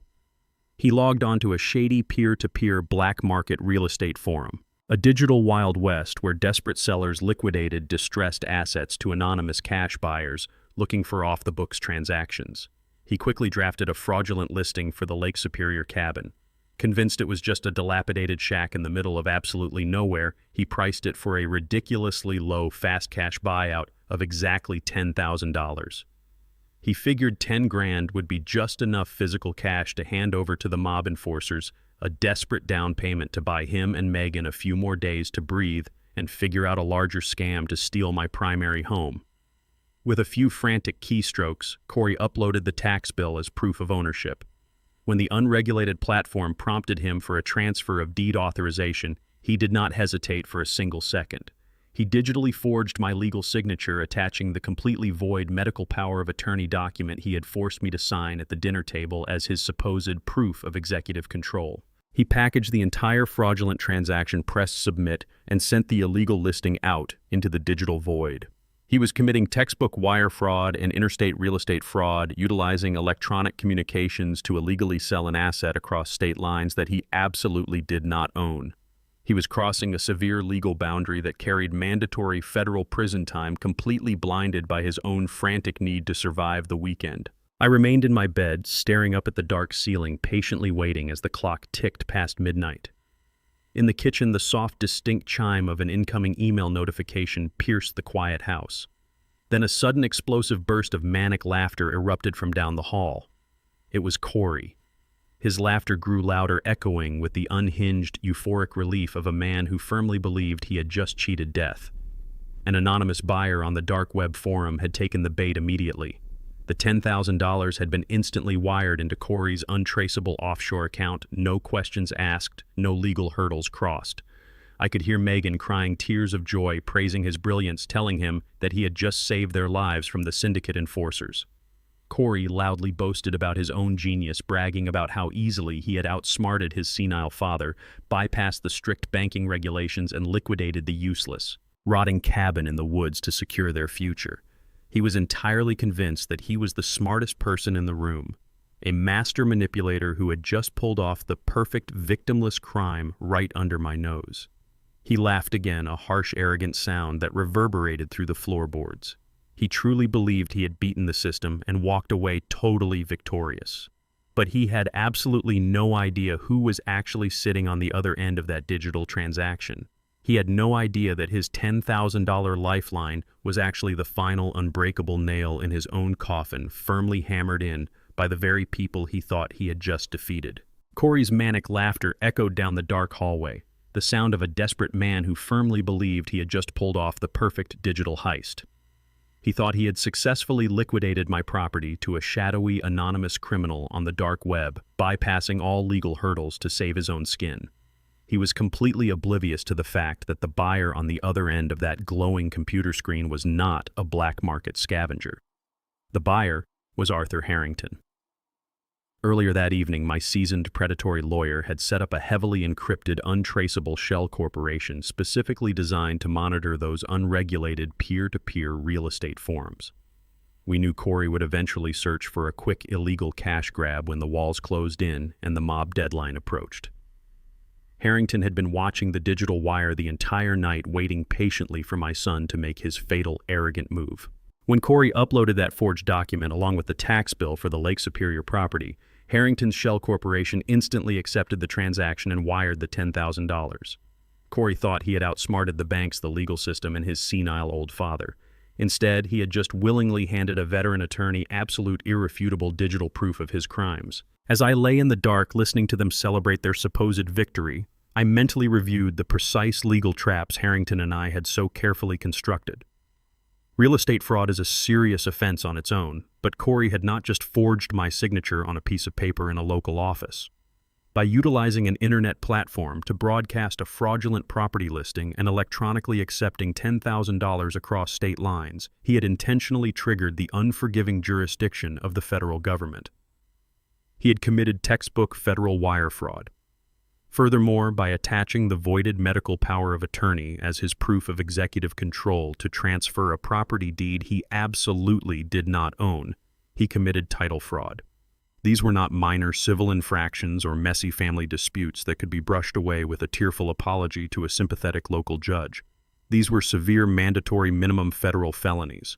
The moment the digital currency hit his offshore account, the jurisdiction shifted entirely from a local family court issue straight to the Federal Bureau of Investigation. Harrington had meticulously engineered the transaction so that the digital paper trail was absolutely pristine, perfectly documented, and permanently logged in the federal banking system. Corey had effectively signed his own lengthy prison sentence trading an $8 million fortune for a meager $10,000 of bait money. The next morning, the house buzzed with a manic, highly caffeinated energy. Megan was dressed and ready before the sun even fully rose, clutching her designer purse against her chest as if her life depended on it, which in a very real and terrifying way it did. I sat in my armchair sipping my morning tea, watching as she paced the living room floor, frantically waiting for the offshore funds to clear through her secondary accounts. As soon as the notification pinged loudly on her phone, she practically sprinted out the front door. She was heading straight to the south side to hand that $10,000 in physical cash over to the syndicate enforcers. It was not nearly enough to clear their massive $150,000 debt, but it was just enough blood money to buy them a few more days of breathing room. They firmly believed that this small purchased extension was all the time they needed to finally drag me into court, have me officially declared legally incompetent, and sell my primary residence to their fake architect to pay off the rest. Shortly after Megan sped away in her car, a loud, sharp knock rattled the front door. Corey answered it with a smug, arrogant grin, permanently plastered on his face. A grim-faced process server stood on the porch holding a thick stack of heavy manila folders. He asked for Garrett Simmons. I shuffled forward, playing my part to absolute perfection, leaning heavily on the doorframe and looking bewildered. The server handed me the thick packet of legal documents. "You have been formally served," he stated flatly, before turning on his heel and walking back to his vehicle. I looked down at the bold black lettering stamped on the front page. It was the official court subpoena for the emergency guardianship hearing. Corey stood right next to me, his chest puffed out with absolute, undeniable pride. He looked at the subpoena, then looked down at me with a cold, triumphant sneer. "We are going to court on Wednesday morning, Dad," he announced, his voice dripping with condescending authority. "A judge is going to look at your erratic behavior, review the medical documents I provided, and officially hand your estate over to me. Do not try to fight it. It is for your own good." I simply blinked at him, allowing my hands to tremble slightly as I clutched the heavy envelope. "Okay, son," I murmured, keeping my eyes wide and entirely vacant. "Whatever the judge decides." The next 48 hours moved with an agonizing, meticulous precision. I stayed completely out of their way, quietly packing my required documents, finalizing my strategy with Harrington over a secure line, and preparing myself for the brutal confrontation ahead. When Wednesday morning finally arrived, the crisp, unforgiving daylight matched the cold reality of what was about to happen. Corey and Megan emerged from their bedroom looking absolutely immaculate. Corey wore a freshly pressed charcoal-tailored suit, his hair perfectly styled, exuding the confidence of a powerful, successful broker. Megan wore a sleek, conservative navy dress projecting the flawless image of a deeply concerned, highly responsible daughter-in-law. They looked exactly like the perfect, loving family stepping up to make a difficult, tragic medical decision for a failing patriarch. They ushered me out of the house and into the back seat of their luxury sedan, treating me like a fragile, mindless piece of cargo. The drive to the county courthouse was completely silent, filled only by the hum of the engine and the palpable, arrogant anticipation radiating from the front seats. They walked through the heavy brass-framed doors of the courthouse with their heads held high, their shoulders squared, completely confident that they were about to strip away my freedom and claim their ultimate financial prize, They had absolutely no idea they were marching blindly into a legal slaughterhouse. The heavy oak doors of the county courthouse slammed shut behind us with a resounding thud that echoed ominously through the sterile marble hallways. The air inside Family Courtroom 4B was thick, stifling, and heavy with the scent of floor wax and impending doom.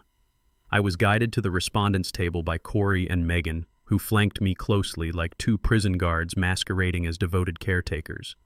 They gently pushed me into a hard wooden chair, meticulously maintaining their flawless performance of sorrowful concern in front of the court staff.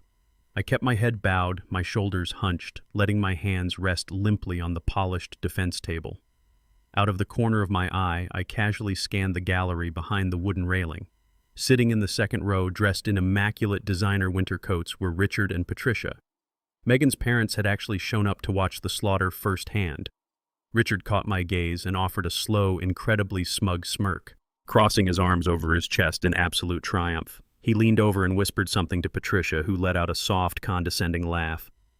They firmly believed they were about to legally conquer a broken old man, secure their guaranteed 30% cut of my real estate, and walk out of this building significantly richer. They viewed this courtroom not as a hallowed hall of justice, but as the final checkout counter for their criminal transaction. I looked away, staring down at the scuffed grain of the table, burying my intense satisfaction under my perfectly crafted mask of senile oblivion. The bailiff called the room to order, and the Honorable Judge Miller, a stern woman with sharp eyes and zero tolerance for courtroom theatrics, took her seat at the high bench. Corey had hired an incredibly slick, highly expensive attorney to represent his petition for emergency guardianship. The lawyer, a man in a perfectly tailored pinstripe suit, stood up and immediately launched into a sickeningly sweet, emotionally manipulative opening statement. He paced the floor with practiced grace, making direct eye contact with the judge as he wove a tragic, entirely fabricated narrative about my supposed cognitive decline. He spoke about my 40 years of grueling physical labor at the rail yard, painting me as a hard-working blue-collar man whose mind had simply crumbled under the brutal weight of time. The most repulsive moment came when he actively weaponized the memory of my beautiful Yvonne.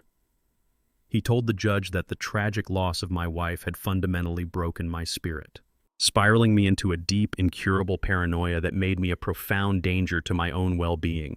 He gestured dramatically toward Corey and Megan, portraying them as the ultimate self-sacrificing victims. He claimed my son was drowning under the terrible emotional burden of watching his father slip into dementia, forced to make the agonizingly difficult choice to seek legal intervention. According to his slick narrative, Corey was stepping up to manage my complex financial affairs purely out of unconditional love, simply to ensure I received the specialized full-time medical care I desperately required. It was a flawless, legally polished script designed to evoke maximum sympathy from the bench while completely stripping away my autonomy. Judge Miller listened patiently, taking meticulous notes before adjusting her glasses and looking directly down at me from the bench. "Mr. Simmons," she asked, her voice projecting a cautious, professional empathy, "do you understand the severe nature of the emergency petition your son has filed today? Do you have legal representation present, or do you wish to speak on your own behalf regarding these deeply concerning medical affidavits?" I did not immediately respond. I let a heavy, suffocating silence fill the courtroom for 5 long seconds. Corey leaned over, placing a patronizing hand on my shoulder, ready to speak for me. "Your Honor, my father gets incredibly confused in highly stressful environments," he began, his voice dripping with fake sorrow. "I highly doubt he can comprehend what is happening."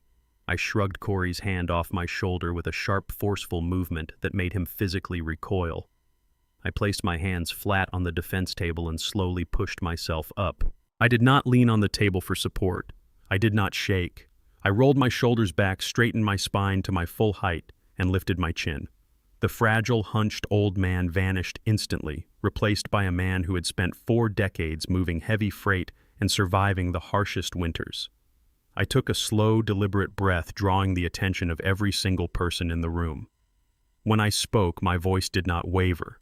It was deep, resonant, and terrifyingly articulate, echoing clearly across the vast courtroom with absolute authority. "Your Honor, I understand the nature of this petition perfectly," I stated, locking eyes with the judge. "I am 69 years old. I am in exceptional physical health, and my cognitive faculties are entirely intact. I manage my own finances, I maintain my own property, and I have absolutely no medical history of dementia, paranoia, or psychosis. I know exactly what day it is, I know the exact balance of my checking account, and I know exactly what is happening in this room. The emergency petition filed by my son is not an act of love or medical concern. It is a calculated, fraudulent attempt to strip me of my constitutional rights in order to illegally liquidate my primary residence to pay off a massive syndicate debt. The entire courtroom froze. The transformation was so absolute, so undeniably jarring that Judge Miller actually dropped her pen. The slick attorney hired by Corey stood with his mouth agape, completely paralyzed by the sudden collapse of his entire narrative. Corey's jaw hit the floor, all the color draining from his face as his arrogant smirk completely evaporated.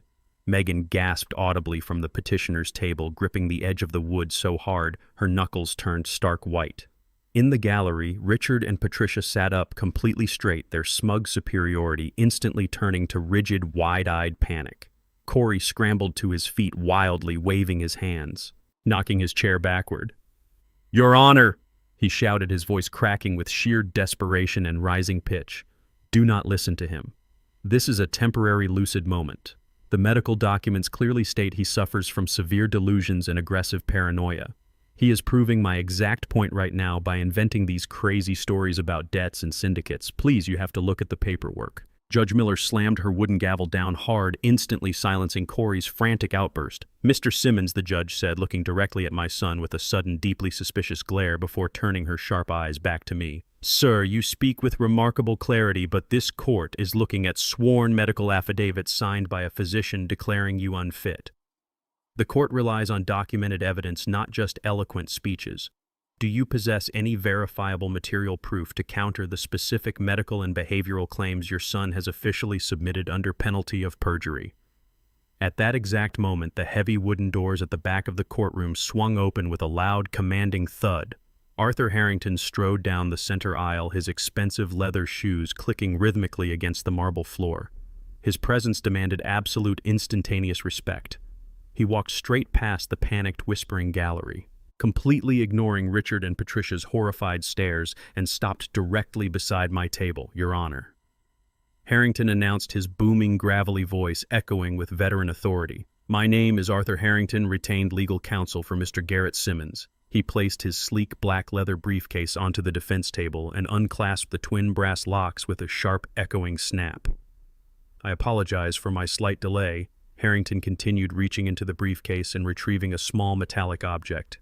"But I bring exactly the material proof this court requires." He stepped forward and handed the bailiff a verified, heavily encrypted USB drive. This drive contains incontrovertible, legally obtained audio and visual evidence that will not only completely dismantle this fraudulent guardianship petition, but will immediately initiate federal criminal charges against the petitioners sitting in this very room. Judge Miller instructed the court clerk to insert the verified USB drive into the centralized audio system. The entire courtroom fell into a deathly, suffocating silence as the heavy speakers mounted on the walls crackled to life. First came the unmistakable, frantic voice of my daughter-in-law, Megan, echoing loudly off the high-vaulted ceiling. "We owe them $150,000, Corey. These are not bank collectors. These are people who break legs and burn houses down."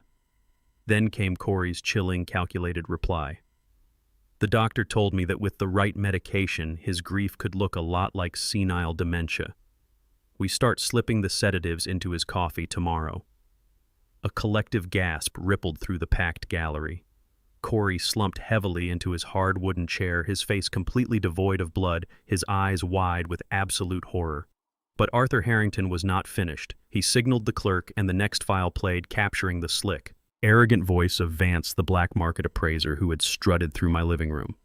"I will give you $180,000 in untraceable cash tomorrow morning for the lot," Vance declared on the recording. "But I need the old man's physical, legally verified signature today." Megan's recorded voice instantly followed, promising to force the pen into my hand by any means necessary, even if they had to starve me or lock me in my room. The audio was crystal clear, undeniably authentic, and absolutely devastating. The highly expensive attorney Corey had hired to represent his guardianship petition slowly sank into his seat, physically moving his chair several inches away from his own clients. He knew instantly that his lucrative legal career was in profound jeopardy for presenting fraudulent medical documents to a sitting judge. In the second row of the gallery, the suffocating arrogance that Richard and Patricia had proudly carried into the courthouse vanished like smoke in a hurricane. Realizing the sheer magnitude of the criminal exposure unfolding before them, Richard forcefully grabbed his wife by the arm. They stood up slowly, keeping their heads down, attempting to quietly slip out through the heavy wooden doors at the back of the room before the digital hammer struck them next. These were wealthy, privileged people who had spent their entire lives treating working-class folks like myself as disposable stepping stones. They firmly believed their country club money and social status insulated them from the severe consequences of their ruthless greed. But Harrington had fully anticipated their cowardly retreat. "Your Honor," Harrington boomed, pointing a sharp accusatory finger directly at the fleeing couple. "I strongly advise you to instruct your bailiffs to secure those doors immediately." The individuals attempting to leave are Richard and Patricia Vance, and the next audio file directly implicates them in financing this criminal conspiracy. Judge Miller did not hesitate for a single second. "Bailiff, lock those doors," she ordered, her voice cracking like a whip. "Nobody leaves this courtroom until I say so." The armed bailiffs immediately stepped in front of the heavy oak doors, crossing their arms and blocking the only exit. Richard and Patricia froze in the center aisle, trapped like rats in a maze, their faces pale with sheer panic. Harrington nodded to the clerk, and the final recording played. It was Richard's own arrogant voice from my dining room table, loudly bragging about fronting the $20,000 nursing home admission fee in exchange for a guaranteed 30% cut of my liquidated property. The entire courtroom stared at the wealthy couple, now trembling in the aisle, completely unmasked, as active financiers of a predatory elder abuse ring. The pristine, carefully curated facade of my son's perfect marriage shattered into a million jagged pieces right in front of the judge.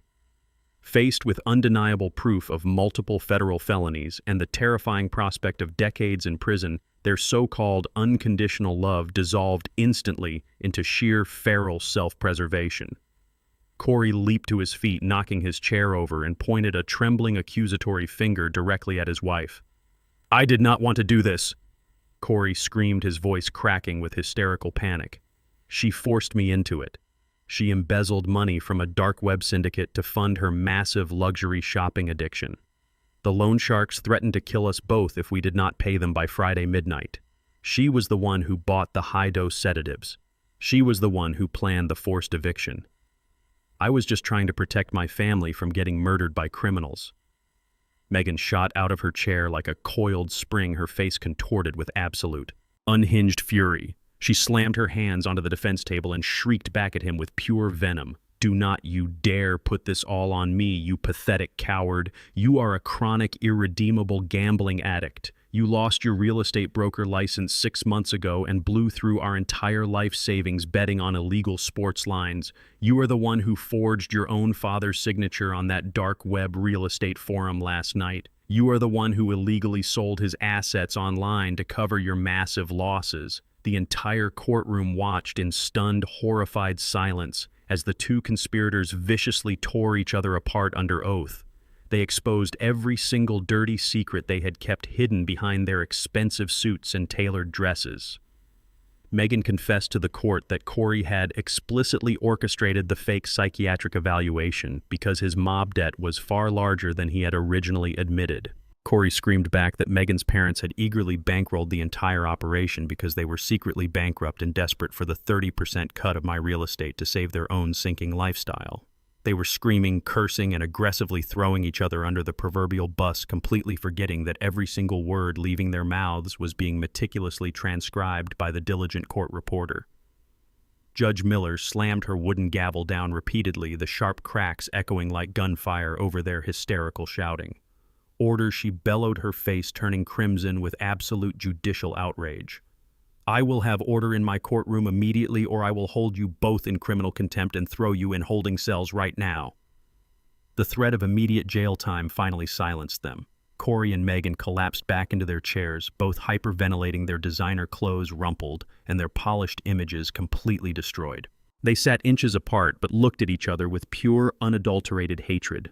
The profound silence that followed their explosive confessions was heavy and suffocating. Judge Miller stared down at them with an expression of sheer disgust, clearly preparing to dismiss the guardianship petition and immediately notify the district attorney of the admitted crimes. But Corey, completely blinded by his own frantic arrogance and refusing to accept that his grand manipulative scheme had entirely failed, made one final fatal mistake. He stood up, his chest heaving, his eyes wide and completely unhinged. He glared at me with absolute malice, then looked wildly up at the judge. "It does not even matter," Corey screamed, his voice echoing with a bitter, entitled rage. "He is an old man. He is going to die soon anyway, and when he does, I am his only blood relative. I am his sole legal heir. I inherit every single thing he owns, no matter what you decide in this room today." He pointed a shaking finger at me, a vicious, triumphant sneer twisting his features as he tried to reclaim some shred of power. "I get the house. I get the savings accounts. I even get that worthless, rotting shack on the lake up in Michigan that I already sold. You cannot stop me from taking what is rightfully mine." The courtroom held its collective breath at his breathtaking audacity. To stand in a court of law, having just confessed to forging documents and conspiring to drug his own father and still demand his inheritance, was a level of greed that shocked even the seasoned bailiffs. But I did not flinch. I did not look away. I simply turned my gaze to Arthur Harrington and offered a slow, predatory smile. Corey had just publicly admitted on the legal record to illegally selling the Lake Superior property. The trap was finally set to snap completely shut. I did not flinch or break eye contact with the son who had just declared his desperate greed to the entire courtroom. Instead, a slow, cold smile spread across my face. It was the predatory smile of a man who had patiently waited for his opponent to step directly onto a hidden landmine. Corey stared at me, his arrogant sneer faltering as he realized my complete lack of fear. Arthur Harrington stepped forward with the precise, calculated grace of an apex predator closing in for the kill. He reached into his sleek leather briefcase and retrieved a large, rolled-up document covered in official federal government seals. With a swift, dramatic motion, Harrington unfurled the thick architectural blueprint directly across the polished defense table. The heavy paper snapped flat, displaying complex topographical maps, utility grid lines, and bright red zoning boundaries. Judge Miller leaned forward, her sharp eyes immediately recognizing the federal insignia stamped at the top of the schematic. Corey frowned, his arrogant bravado slipping as deep confusion clouded his face. He looked at the massive blueprint, then back at Harrington, entirely unaware that he was staring at the exact instrument of his ultimate destruction. "You just made a profound and irreversible legal admission on the official court record, Mr. Simmons Harrington," boomed his voice, echoing with absolute authority. "You just proudly confessed to illegally liquidating a property that you believed was entirely worthless. But your profound ignorance is about to cost you absolutely everything." Harrington turned his attention to the bench, addressing Judge Miller with complete command of the room. "Your Honor, the state legislature has established strict, unforgiving statutes regarding the fraudulent manipulation of an estate. Under the Fraudulent Beneficiary Act, which functions as a direct extension of the Slayer statute, any individual who actively engages in fraud, forgery, or malicious criminal conspiracy to illegally acquire assets from a living benefactor is immediately and permanently stripped of all inheritance rights. The law explicitly dictates that a person cannot legally profit from their own criminal actions against an estate. By actively conspiring to drug my client, forging medical documents, and attempting to strip his legal autonomy, this man has already triggered the automatic forfeiture of his status as a legal heir. But he did not stop at mere conspiracy. He took his staggering greed a step further into the realm of federal felonies. Corey shifted uncomfortably, his eyes darting toward the heavy wooden doors that were still guarded by the armed bailiffs. He clearly thought his status as my only blood relative was an impenetrable shield that would protect him from total financial ruin. He fundamentally misunderstood how the justice system handles aggressive predators who prey on vulnerable elders. Harrington continued, his voice ringing with absolute clarity. "When you forge a signature to illegally sell a property belonging to a living relative, you do not just commit a standard theft. You commit a profound violation of the trust and legal structure that governs familial inheritance. The law demands that the estate be entirely protected from the very person attempting to dismantle it. Therefore, Corey Simmons has legally and permanently disinherited himself. He has completely severed his own bloodline from my client's wealth by his own arrogant criminal hand." Corey let out a harsh, dismissive laugh, trying desperately to regain his footing in a room that was rapidly turning against him. He waved a trembling hand toward the heavy blueprint resting on the table. "You are talking about disinheriting me over a rotting, useless log cabin in the middle of nowhere," he sneered, his voice cracking with mounting panic. "I sold that pathetic piece of dirt on a dark web forum last night for $10,000. The money is already gone. Megan used it to pay off the syndicate collectors this morning. You can keep your precious legal statutes. I already got exactly what I needed from that garbage property." Harrington smiled a terrifying expression that mirrored my own cold satisfaction. "You truly are the most arrogant, uninformed broker to ever disgrace this state," Harrington stated, tapping a manicured finger directly onto the center of the federal blueprint.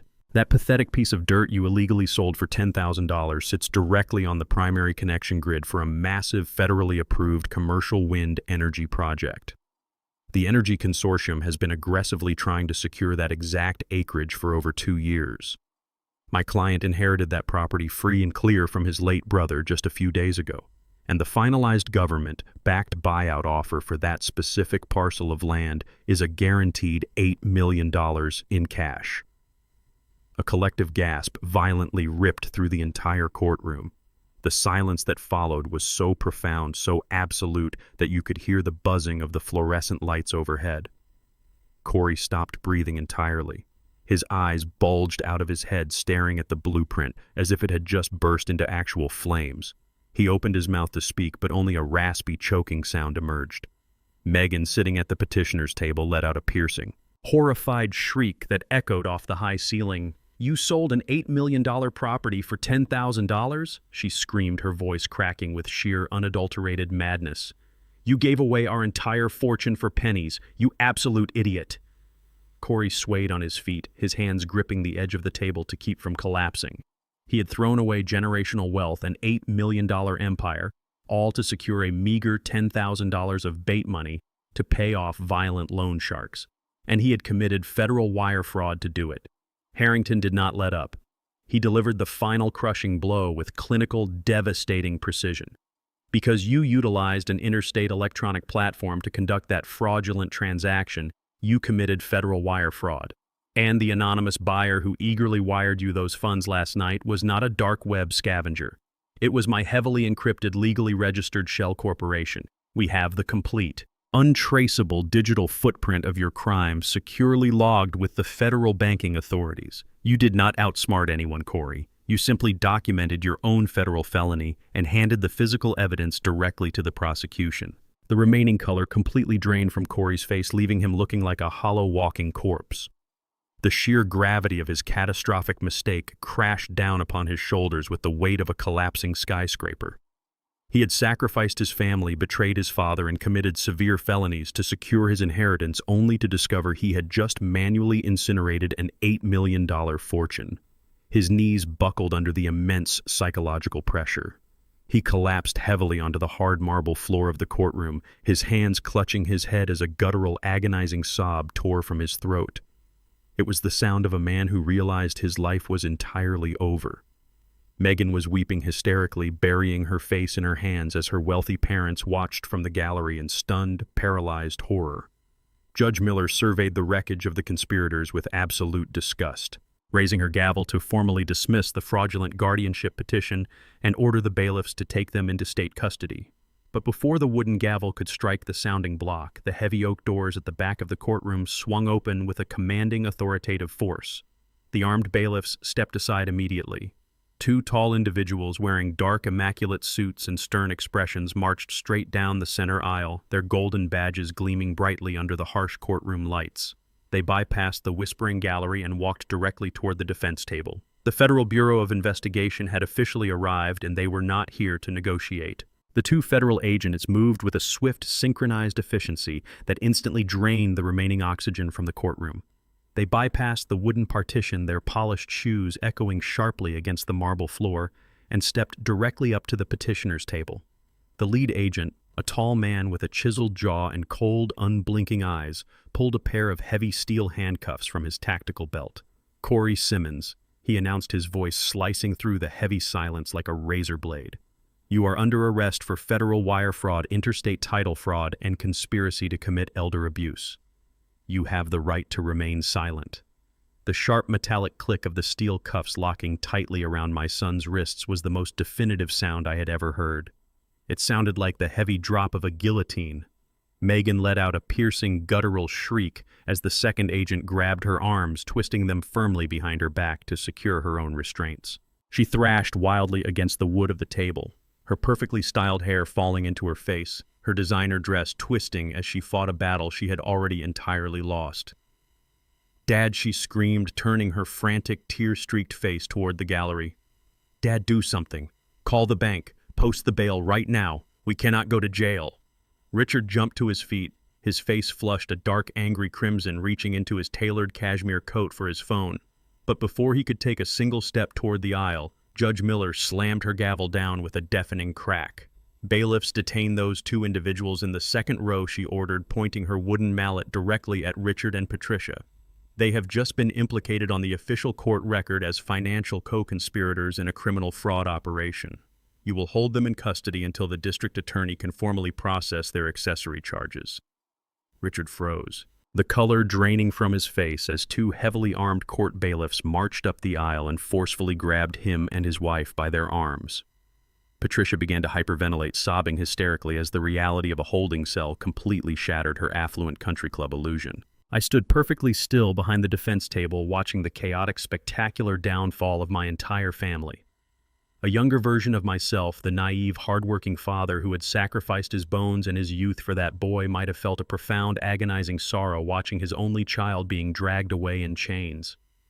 But as I stared at Corey's trembling, tear-soaked face, I felt absolutely nothing. There was no pity in my chest. There was no sadness. There was only a cold, vast, and silent void where my paternal love used to reside.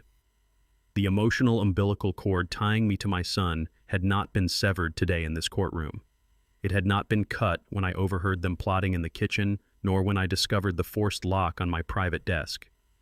The absolute, irreversible death of my love happened on that freezing morning when I walked up to my front porch and saw Yvonne's sacred hand-stitched quilt stuffed carelessly into a cheap black garbage bag. When I saw the muddy boot prints stamped aggressively across the beautiful fabric she had woven from Corey's own baby clothes, something fundamental inside me had permanently died.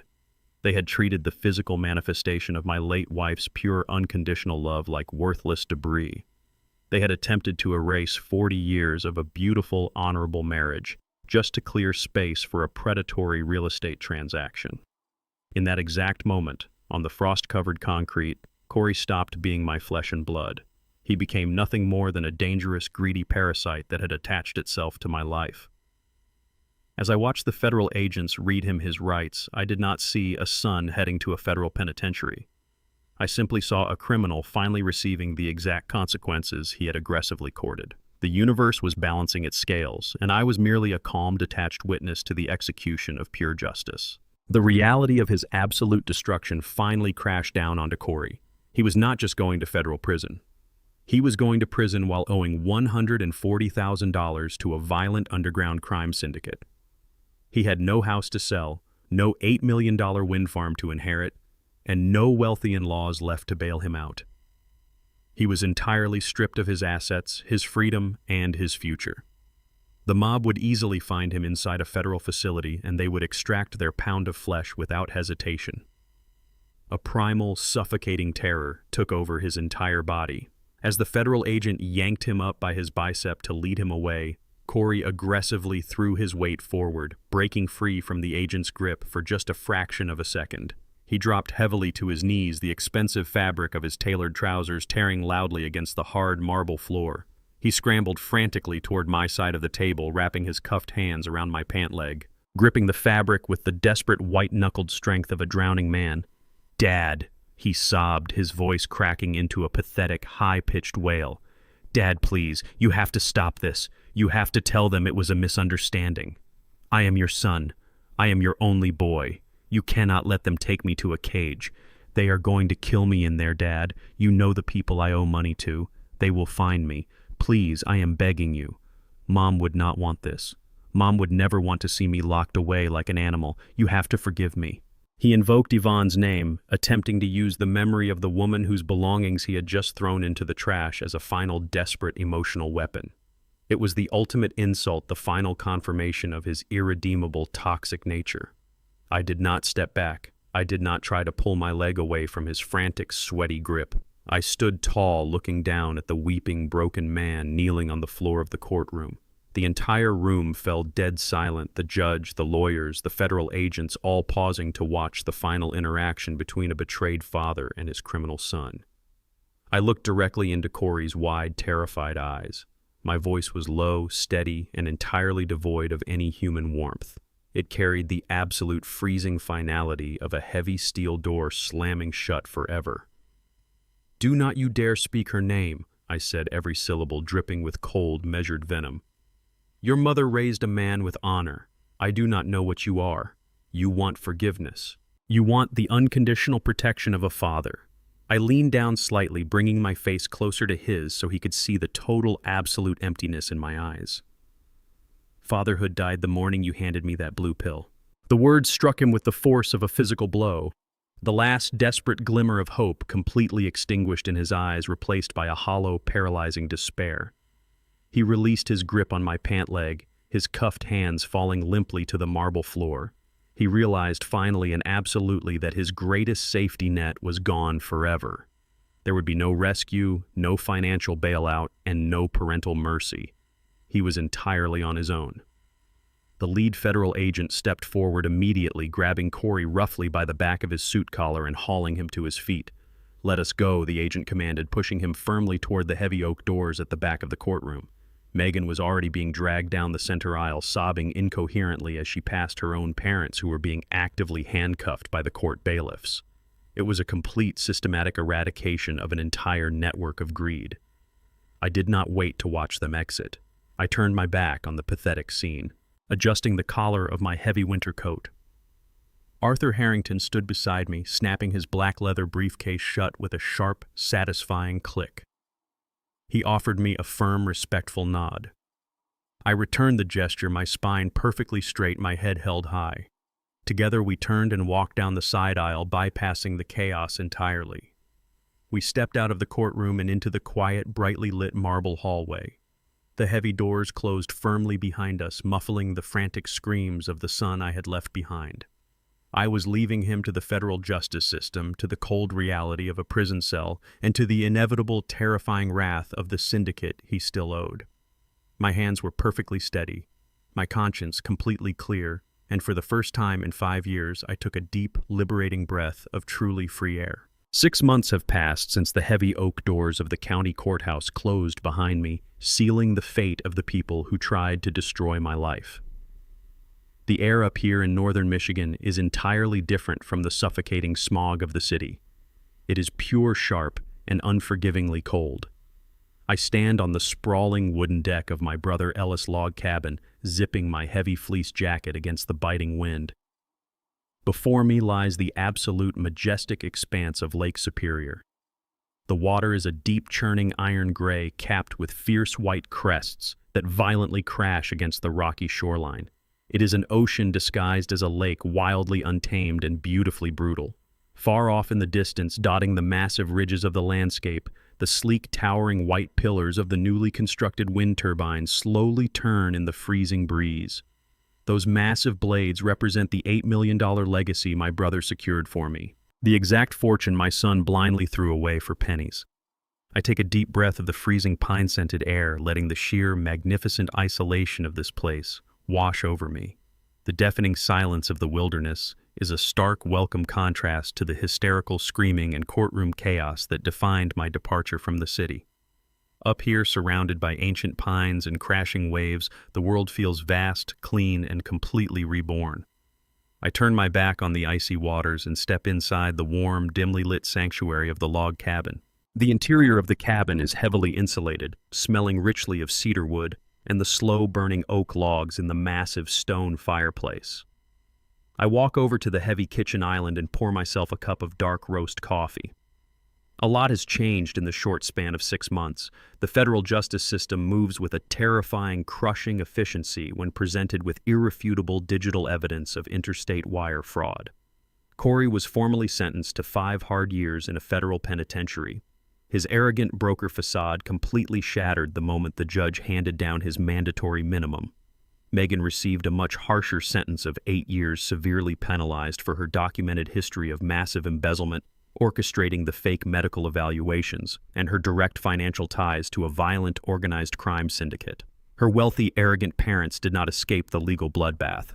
Richard and Patricia were convicted of conspiracy to commit elder fraud and accessory to wire fraud, their country club reputation instantly destroyed as they were ordered to pay massive punitive fines that completely drained their remaining assets. I did not stay in the city to gloat or watch their lives unravel. The very week the criminal trials concluded, I officially placed my old city house on the market. It sold above asking price in less than 7 days. I took the entire profit from that sale, combined it with a strategic portion of the initial wind farm royalties, and legally established the Ellis Simmons Trade School Fund. It is a fully endowed, debt-free educational trust specifically designed to provide young, underprivileged Black men and women with full tuition, quality tools, and guaranteed apprenticeships in the electrical and plumbing trades. My brother Ellis believed in the absolute dignity of honest, hard labor. He knew that mastering a physical trade provided a bulletproof foundation that no corporate suit could ever steal. Now dozens of ambitious young kids are building solid, honorable futures using the exact same wealth my greedy son tried to steal to cover his gambling debts. I carry my warm coffee mug over to the large leather armchair positioned directly in front of the roaring fireplace. On the small wooden side table rests a stack of incoming mail I picked up from the local post office earlier this morning. Most of it is standard administrative paperwork for the scholarship fund and quarterly royalty statements from the Energy Consortium. But sitting dead center on top of the neat pile is a stark, poorly textured white envelope stamped with the unmistakable bold black ink of the Federal Correctional System. The return address lists a maximum security facility located 3 states away. It bears the inmate identification number of Corey Simmons. I set my coffee down and pick up the thin, cheap envelope. 6 months of total, unbroken silence, and now he finally decides to reach out. I slide my thumb under the flimsy adhesive flap and pull out a single sheet of lined yellow legal paper. The handwriting is instantly recognizable, but it lacks the sharp, confident strokes of the man who used to forge signatures and draft fraudulent real estate contracts. It is a frantic, messy, and deeply erratic scrawl. I lean back in my leather chair and begin to read. The letter does not start with an apology for trying to drug me. It does not contain a single sentence of remorse for attempting to lock me inside a psychiatric ward or for throwing his mother's sacred hand-stitched quilt out onto the freezing concrete like garbage. Instead, it is a pathetic, hyperventilating manifesto of sheer desperation. Corey writes that federal prison is an absolute nightmare. He claims the food is inedible, the guards are cruel, and the other inmates are terrifyingly violent. He whines about how cold his concrete cell is at night and how he cannot sleep because of the constant noise. Then, exactly halfway down the page, he finally reveals the true, desperate motivation behind his sudden correspondence. He is begging me for money. He writes that he desperately needs funds deposited directly into his prison commissary account so he can buy basic hygiene supplies, warm socks, and decent food. He claims he has no one else in the world to turn to. Megan stopped speaking to him the day they were sentenced, and her disgraced parents legally blocked all of his outgoing calls. He is entirely alone, thoroughly broken, and begging the father he tried to destroy for a financial handout.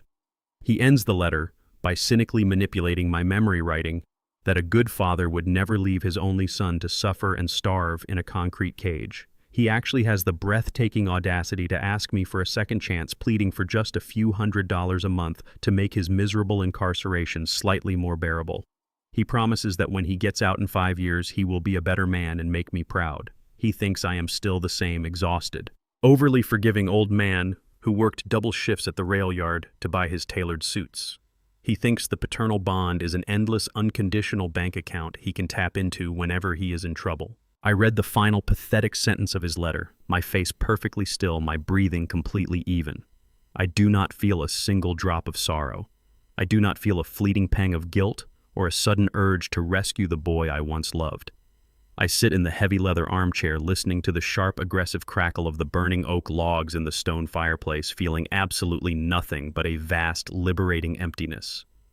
The emotional manipulation that used to instantly govern my every action no longer has any power over my mind. The toxic, invisible chains of familial obligation have been permanently severed. I calmly fold the yellow-lined paper perfectly in half and then in half again, reducing his frantic manipulative pleas into a neat small square. I lean forward, reaching out toward the roaring open flames. With a smooth, deliberate motion, I toss the folded letter directly into the vibrant orange center of the fire. I watch as the cheap paper instantly blackens, the edges curling and smoking before bursting into a sudden bright flash of intense yellow flame. The desperate words of the criminal who tried to erase my existence disintegrate into gray, floating ash completely consumed by the heat.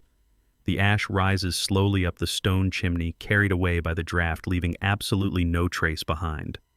I lean back into my comfortable chair, pick up my warm coffee mug, and take a long, satisfying sip.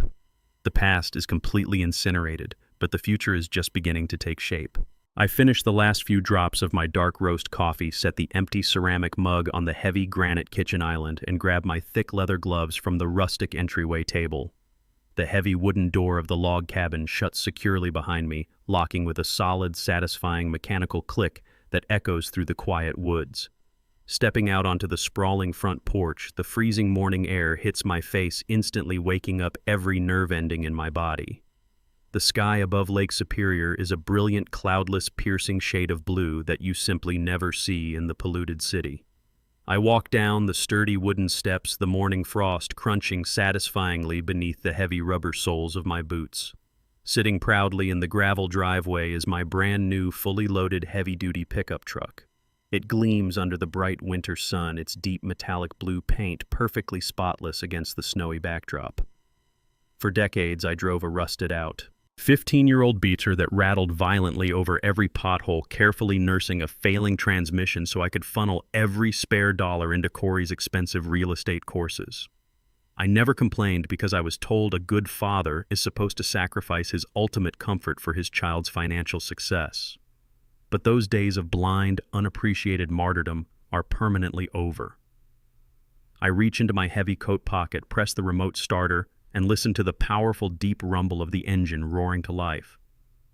This truck is not leased or financed through some predatory bank loan with exorbitant interest rates. It is entirely paid off in cash, bought and secured with just a tiny fraction of the first royalty check from the Wind Energy Consortium. I slide into the plush, heated leather driver's seat, resting my calloused hands on the pristine steering wheel. The warmth seeps deep into my aging bones, providing a luxurious, undeniable physical confirmation that my life is completely and entirely my own. Sitting in the quiet, insulated comfort of the idling truck, I take a long moment to look down at my hands. The skin is deeply scarred, thick, and permanently calloused from 40 years of grinding physical labor down at the industrial rail yards. I am 69 years old, and for the vast majority of my existence, I operated under a singular, deeply ingrained philosophy. I genuinely believed that my sole purpose on this earth was to silently endure whatever severe hardships came my way so my family could securely thrive. I swallowed blatant disrespect, I completely ignored my own bone-deep exhaustion, and I ruthlessly silenced my own personal desires because society relentlessly preaches that you must always put your flesh and blood first, absolutely no matter the personal cost. We are heavily conditioned from birth to believe that cutting ties with a family member is the ultimate moral failure, a tragic, unnatural act that violates the very core of human decency and parental obligation. But looking back at the utter wreckage of the past 6 months, I realize how incredibly dangerous and manipulative that toxic philosophy truly is. Corey and Megan actively weaponized my unconditional love. They saw my parental devotion not as a virtue to be respected, but as a fatal vulnerability to be ruthlessly exploited for their own financial gain. They used the sacred concept of family as a deceptive Trojan horse to smuggle their blinding, violent greed right into my living room. Cutting them out of my life was not a tragedy at all. It was not a failure of fatherhood or a sudden breakdown of my moral compass. It was the ultimate necessary act of absolute self-preservation. It was the undeniable liberation of my soul. Tearing away that toxic, poisonous bloodline did not leave me empty. It completely cured a terminal infection I did not even know was slowly killing me. Society loves to aggressively romanticize the concept of family. We watch movies and read books where deeply flawed, emotionally abusive relatives are miraculously redeemed by the unwavering magical power of forgiveness. We are constantly told that we must always turn the other cheek, that we must offer second, third, and 50th chances simply because we happen to share a common genetic sequence. But the harsh, unfiltered truth of the real world is far less poetic and far more brutal. Blood does not automatically guarantee loyalty. Genetics do not magically manufacture basic human decency or foster genuine compassion. True family is not an accidental biological lottery you are forced to endure. It is a conscious daily choice. It is built on a solid foundation of mutual respect, absolute honesty, and a love that never calculates a sinister return on investment behind your back. I spent my entire life trying to be a good, honorable father to a man who eventually viewed my physical death and mental destruction as a highly lucrative business transaction. He aggressively reduced my life, my precious memories with his mother, and my basic human dignity to a cheap line item on an illegal dark web forum. The exact moment I fully accepted his true monstrous nature, the moment I stopped trying to frantically salvage a relationship that was fundamentally rotten to the very core, the immense suffocating weight I had carried for years simply vanished into thin air. I am entirely alone up here in the freezing wilderness of northern Michigan. I have no wife waiting for me inside the warm cabin, and I have no son calling me on the phone to ask how my day is going. But for the very first time in my 69 years of life, this profound solitude does not feel even slightly lonely. It feels incredibly rich. It feels like an expansive, unbreakable, absolute peace. I am wealthy, yes. But the $8 million sitting securely in my diversified high-yield trust accounts is by far the least important part of my new fortune. I am wealthy in dignity because I absolutely refused to be a helpless victim. I am wealthy in health because my body is no longer poisoned by the daily agonizing stress of navigating a relationship with a vicious predator. I am wealthy in peace because I fall asleep every single night knowing my house is fiercely secure, my assets are heavily protected, and my conscience is entirely clear. I roll down the window of my truck, letting the freezing, sharp winter wind rush into the heated cabin. I close my eyes and breathe in the deep, clean, restorative scent of the ancient pine trees completely surrounding the lake. The air fills my lungs crisp and entirely unburdened by lies, fraud, or manipulation. The vast crashing waves of Lake Superior echo powerfully in the distance, a rhythmic reminder that life moves forward massive and untamed. I put the truck into gear, the heavy tires crunching loudly over the frozen gravel as I drive slowly down the winding dirt path toward the main road.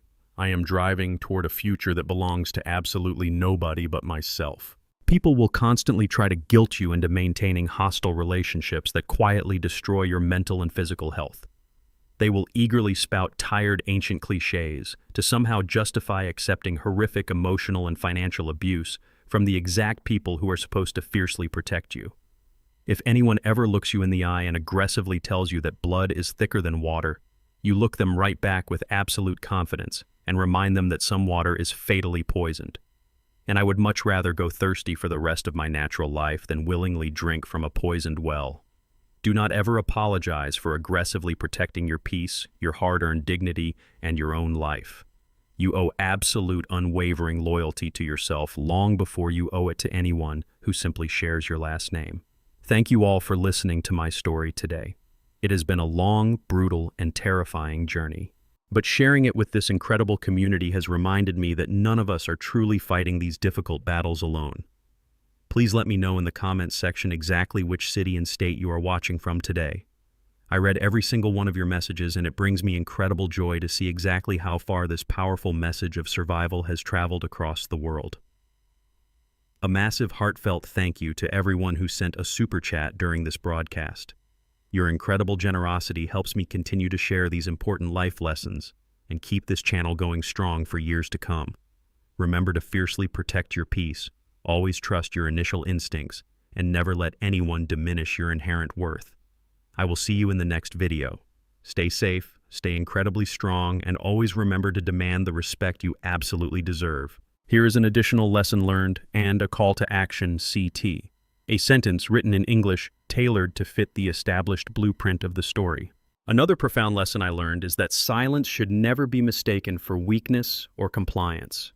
For years, I genuinely believed that enduring disrespect was simply the heavy price I had to pay to keep my family together. I convinced myself that my endless patience would eventually be rewarded with their unconditional love. However, toxic people only view patience as an open invitation for further exploitation. True strength is not found in endless suffering. It is found in the courage to finally say, enough. By walking away from those who only valued my wallet, I did not lose a family. I gained my own life, my absolute dignity, and the profound realization that my peace of mind is entirely non-negotiable. If you have ever had to cut ties to protect your own peace and dignity, share your story in the comments below and subscribe to the channel for more empowering journeys.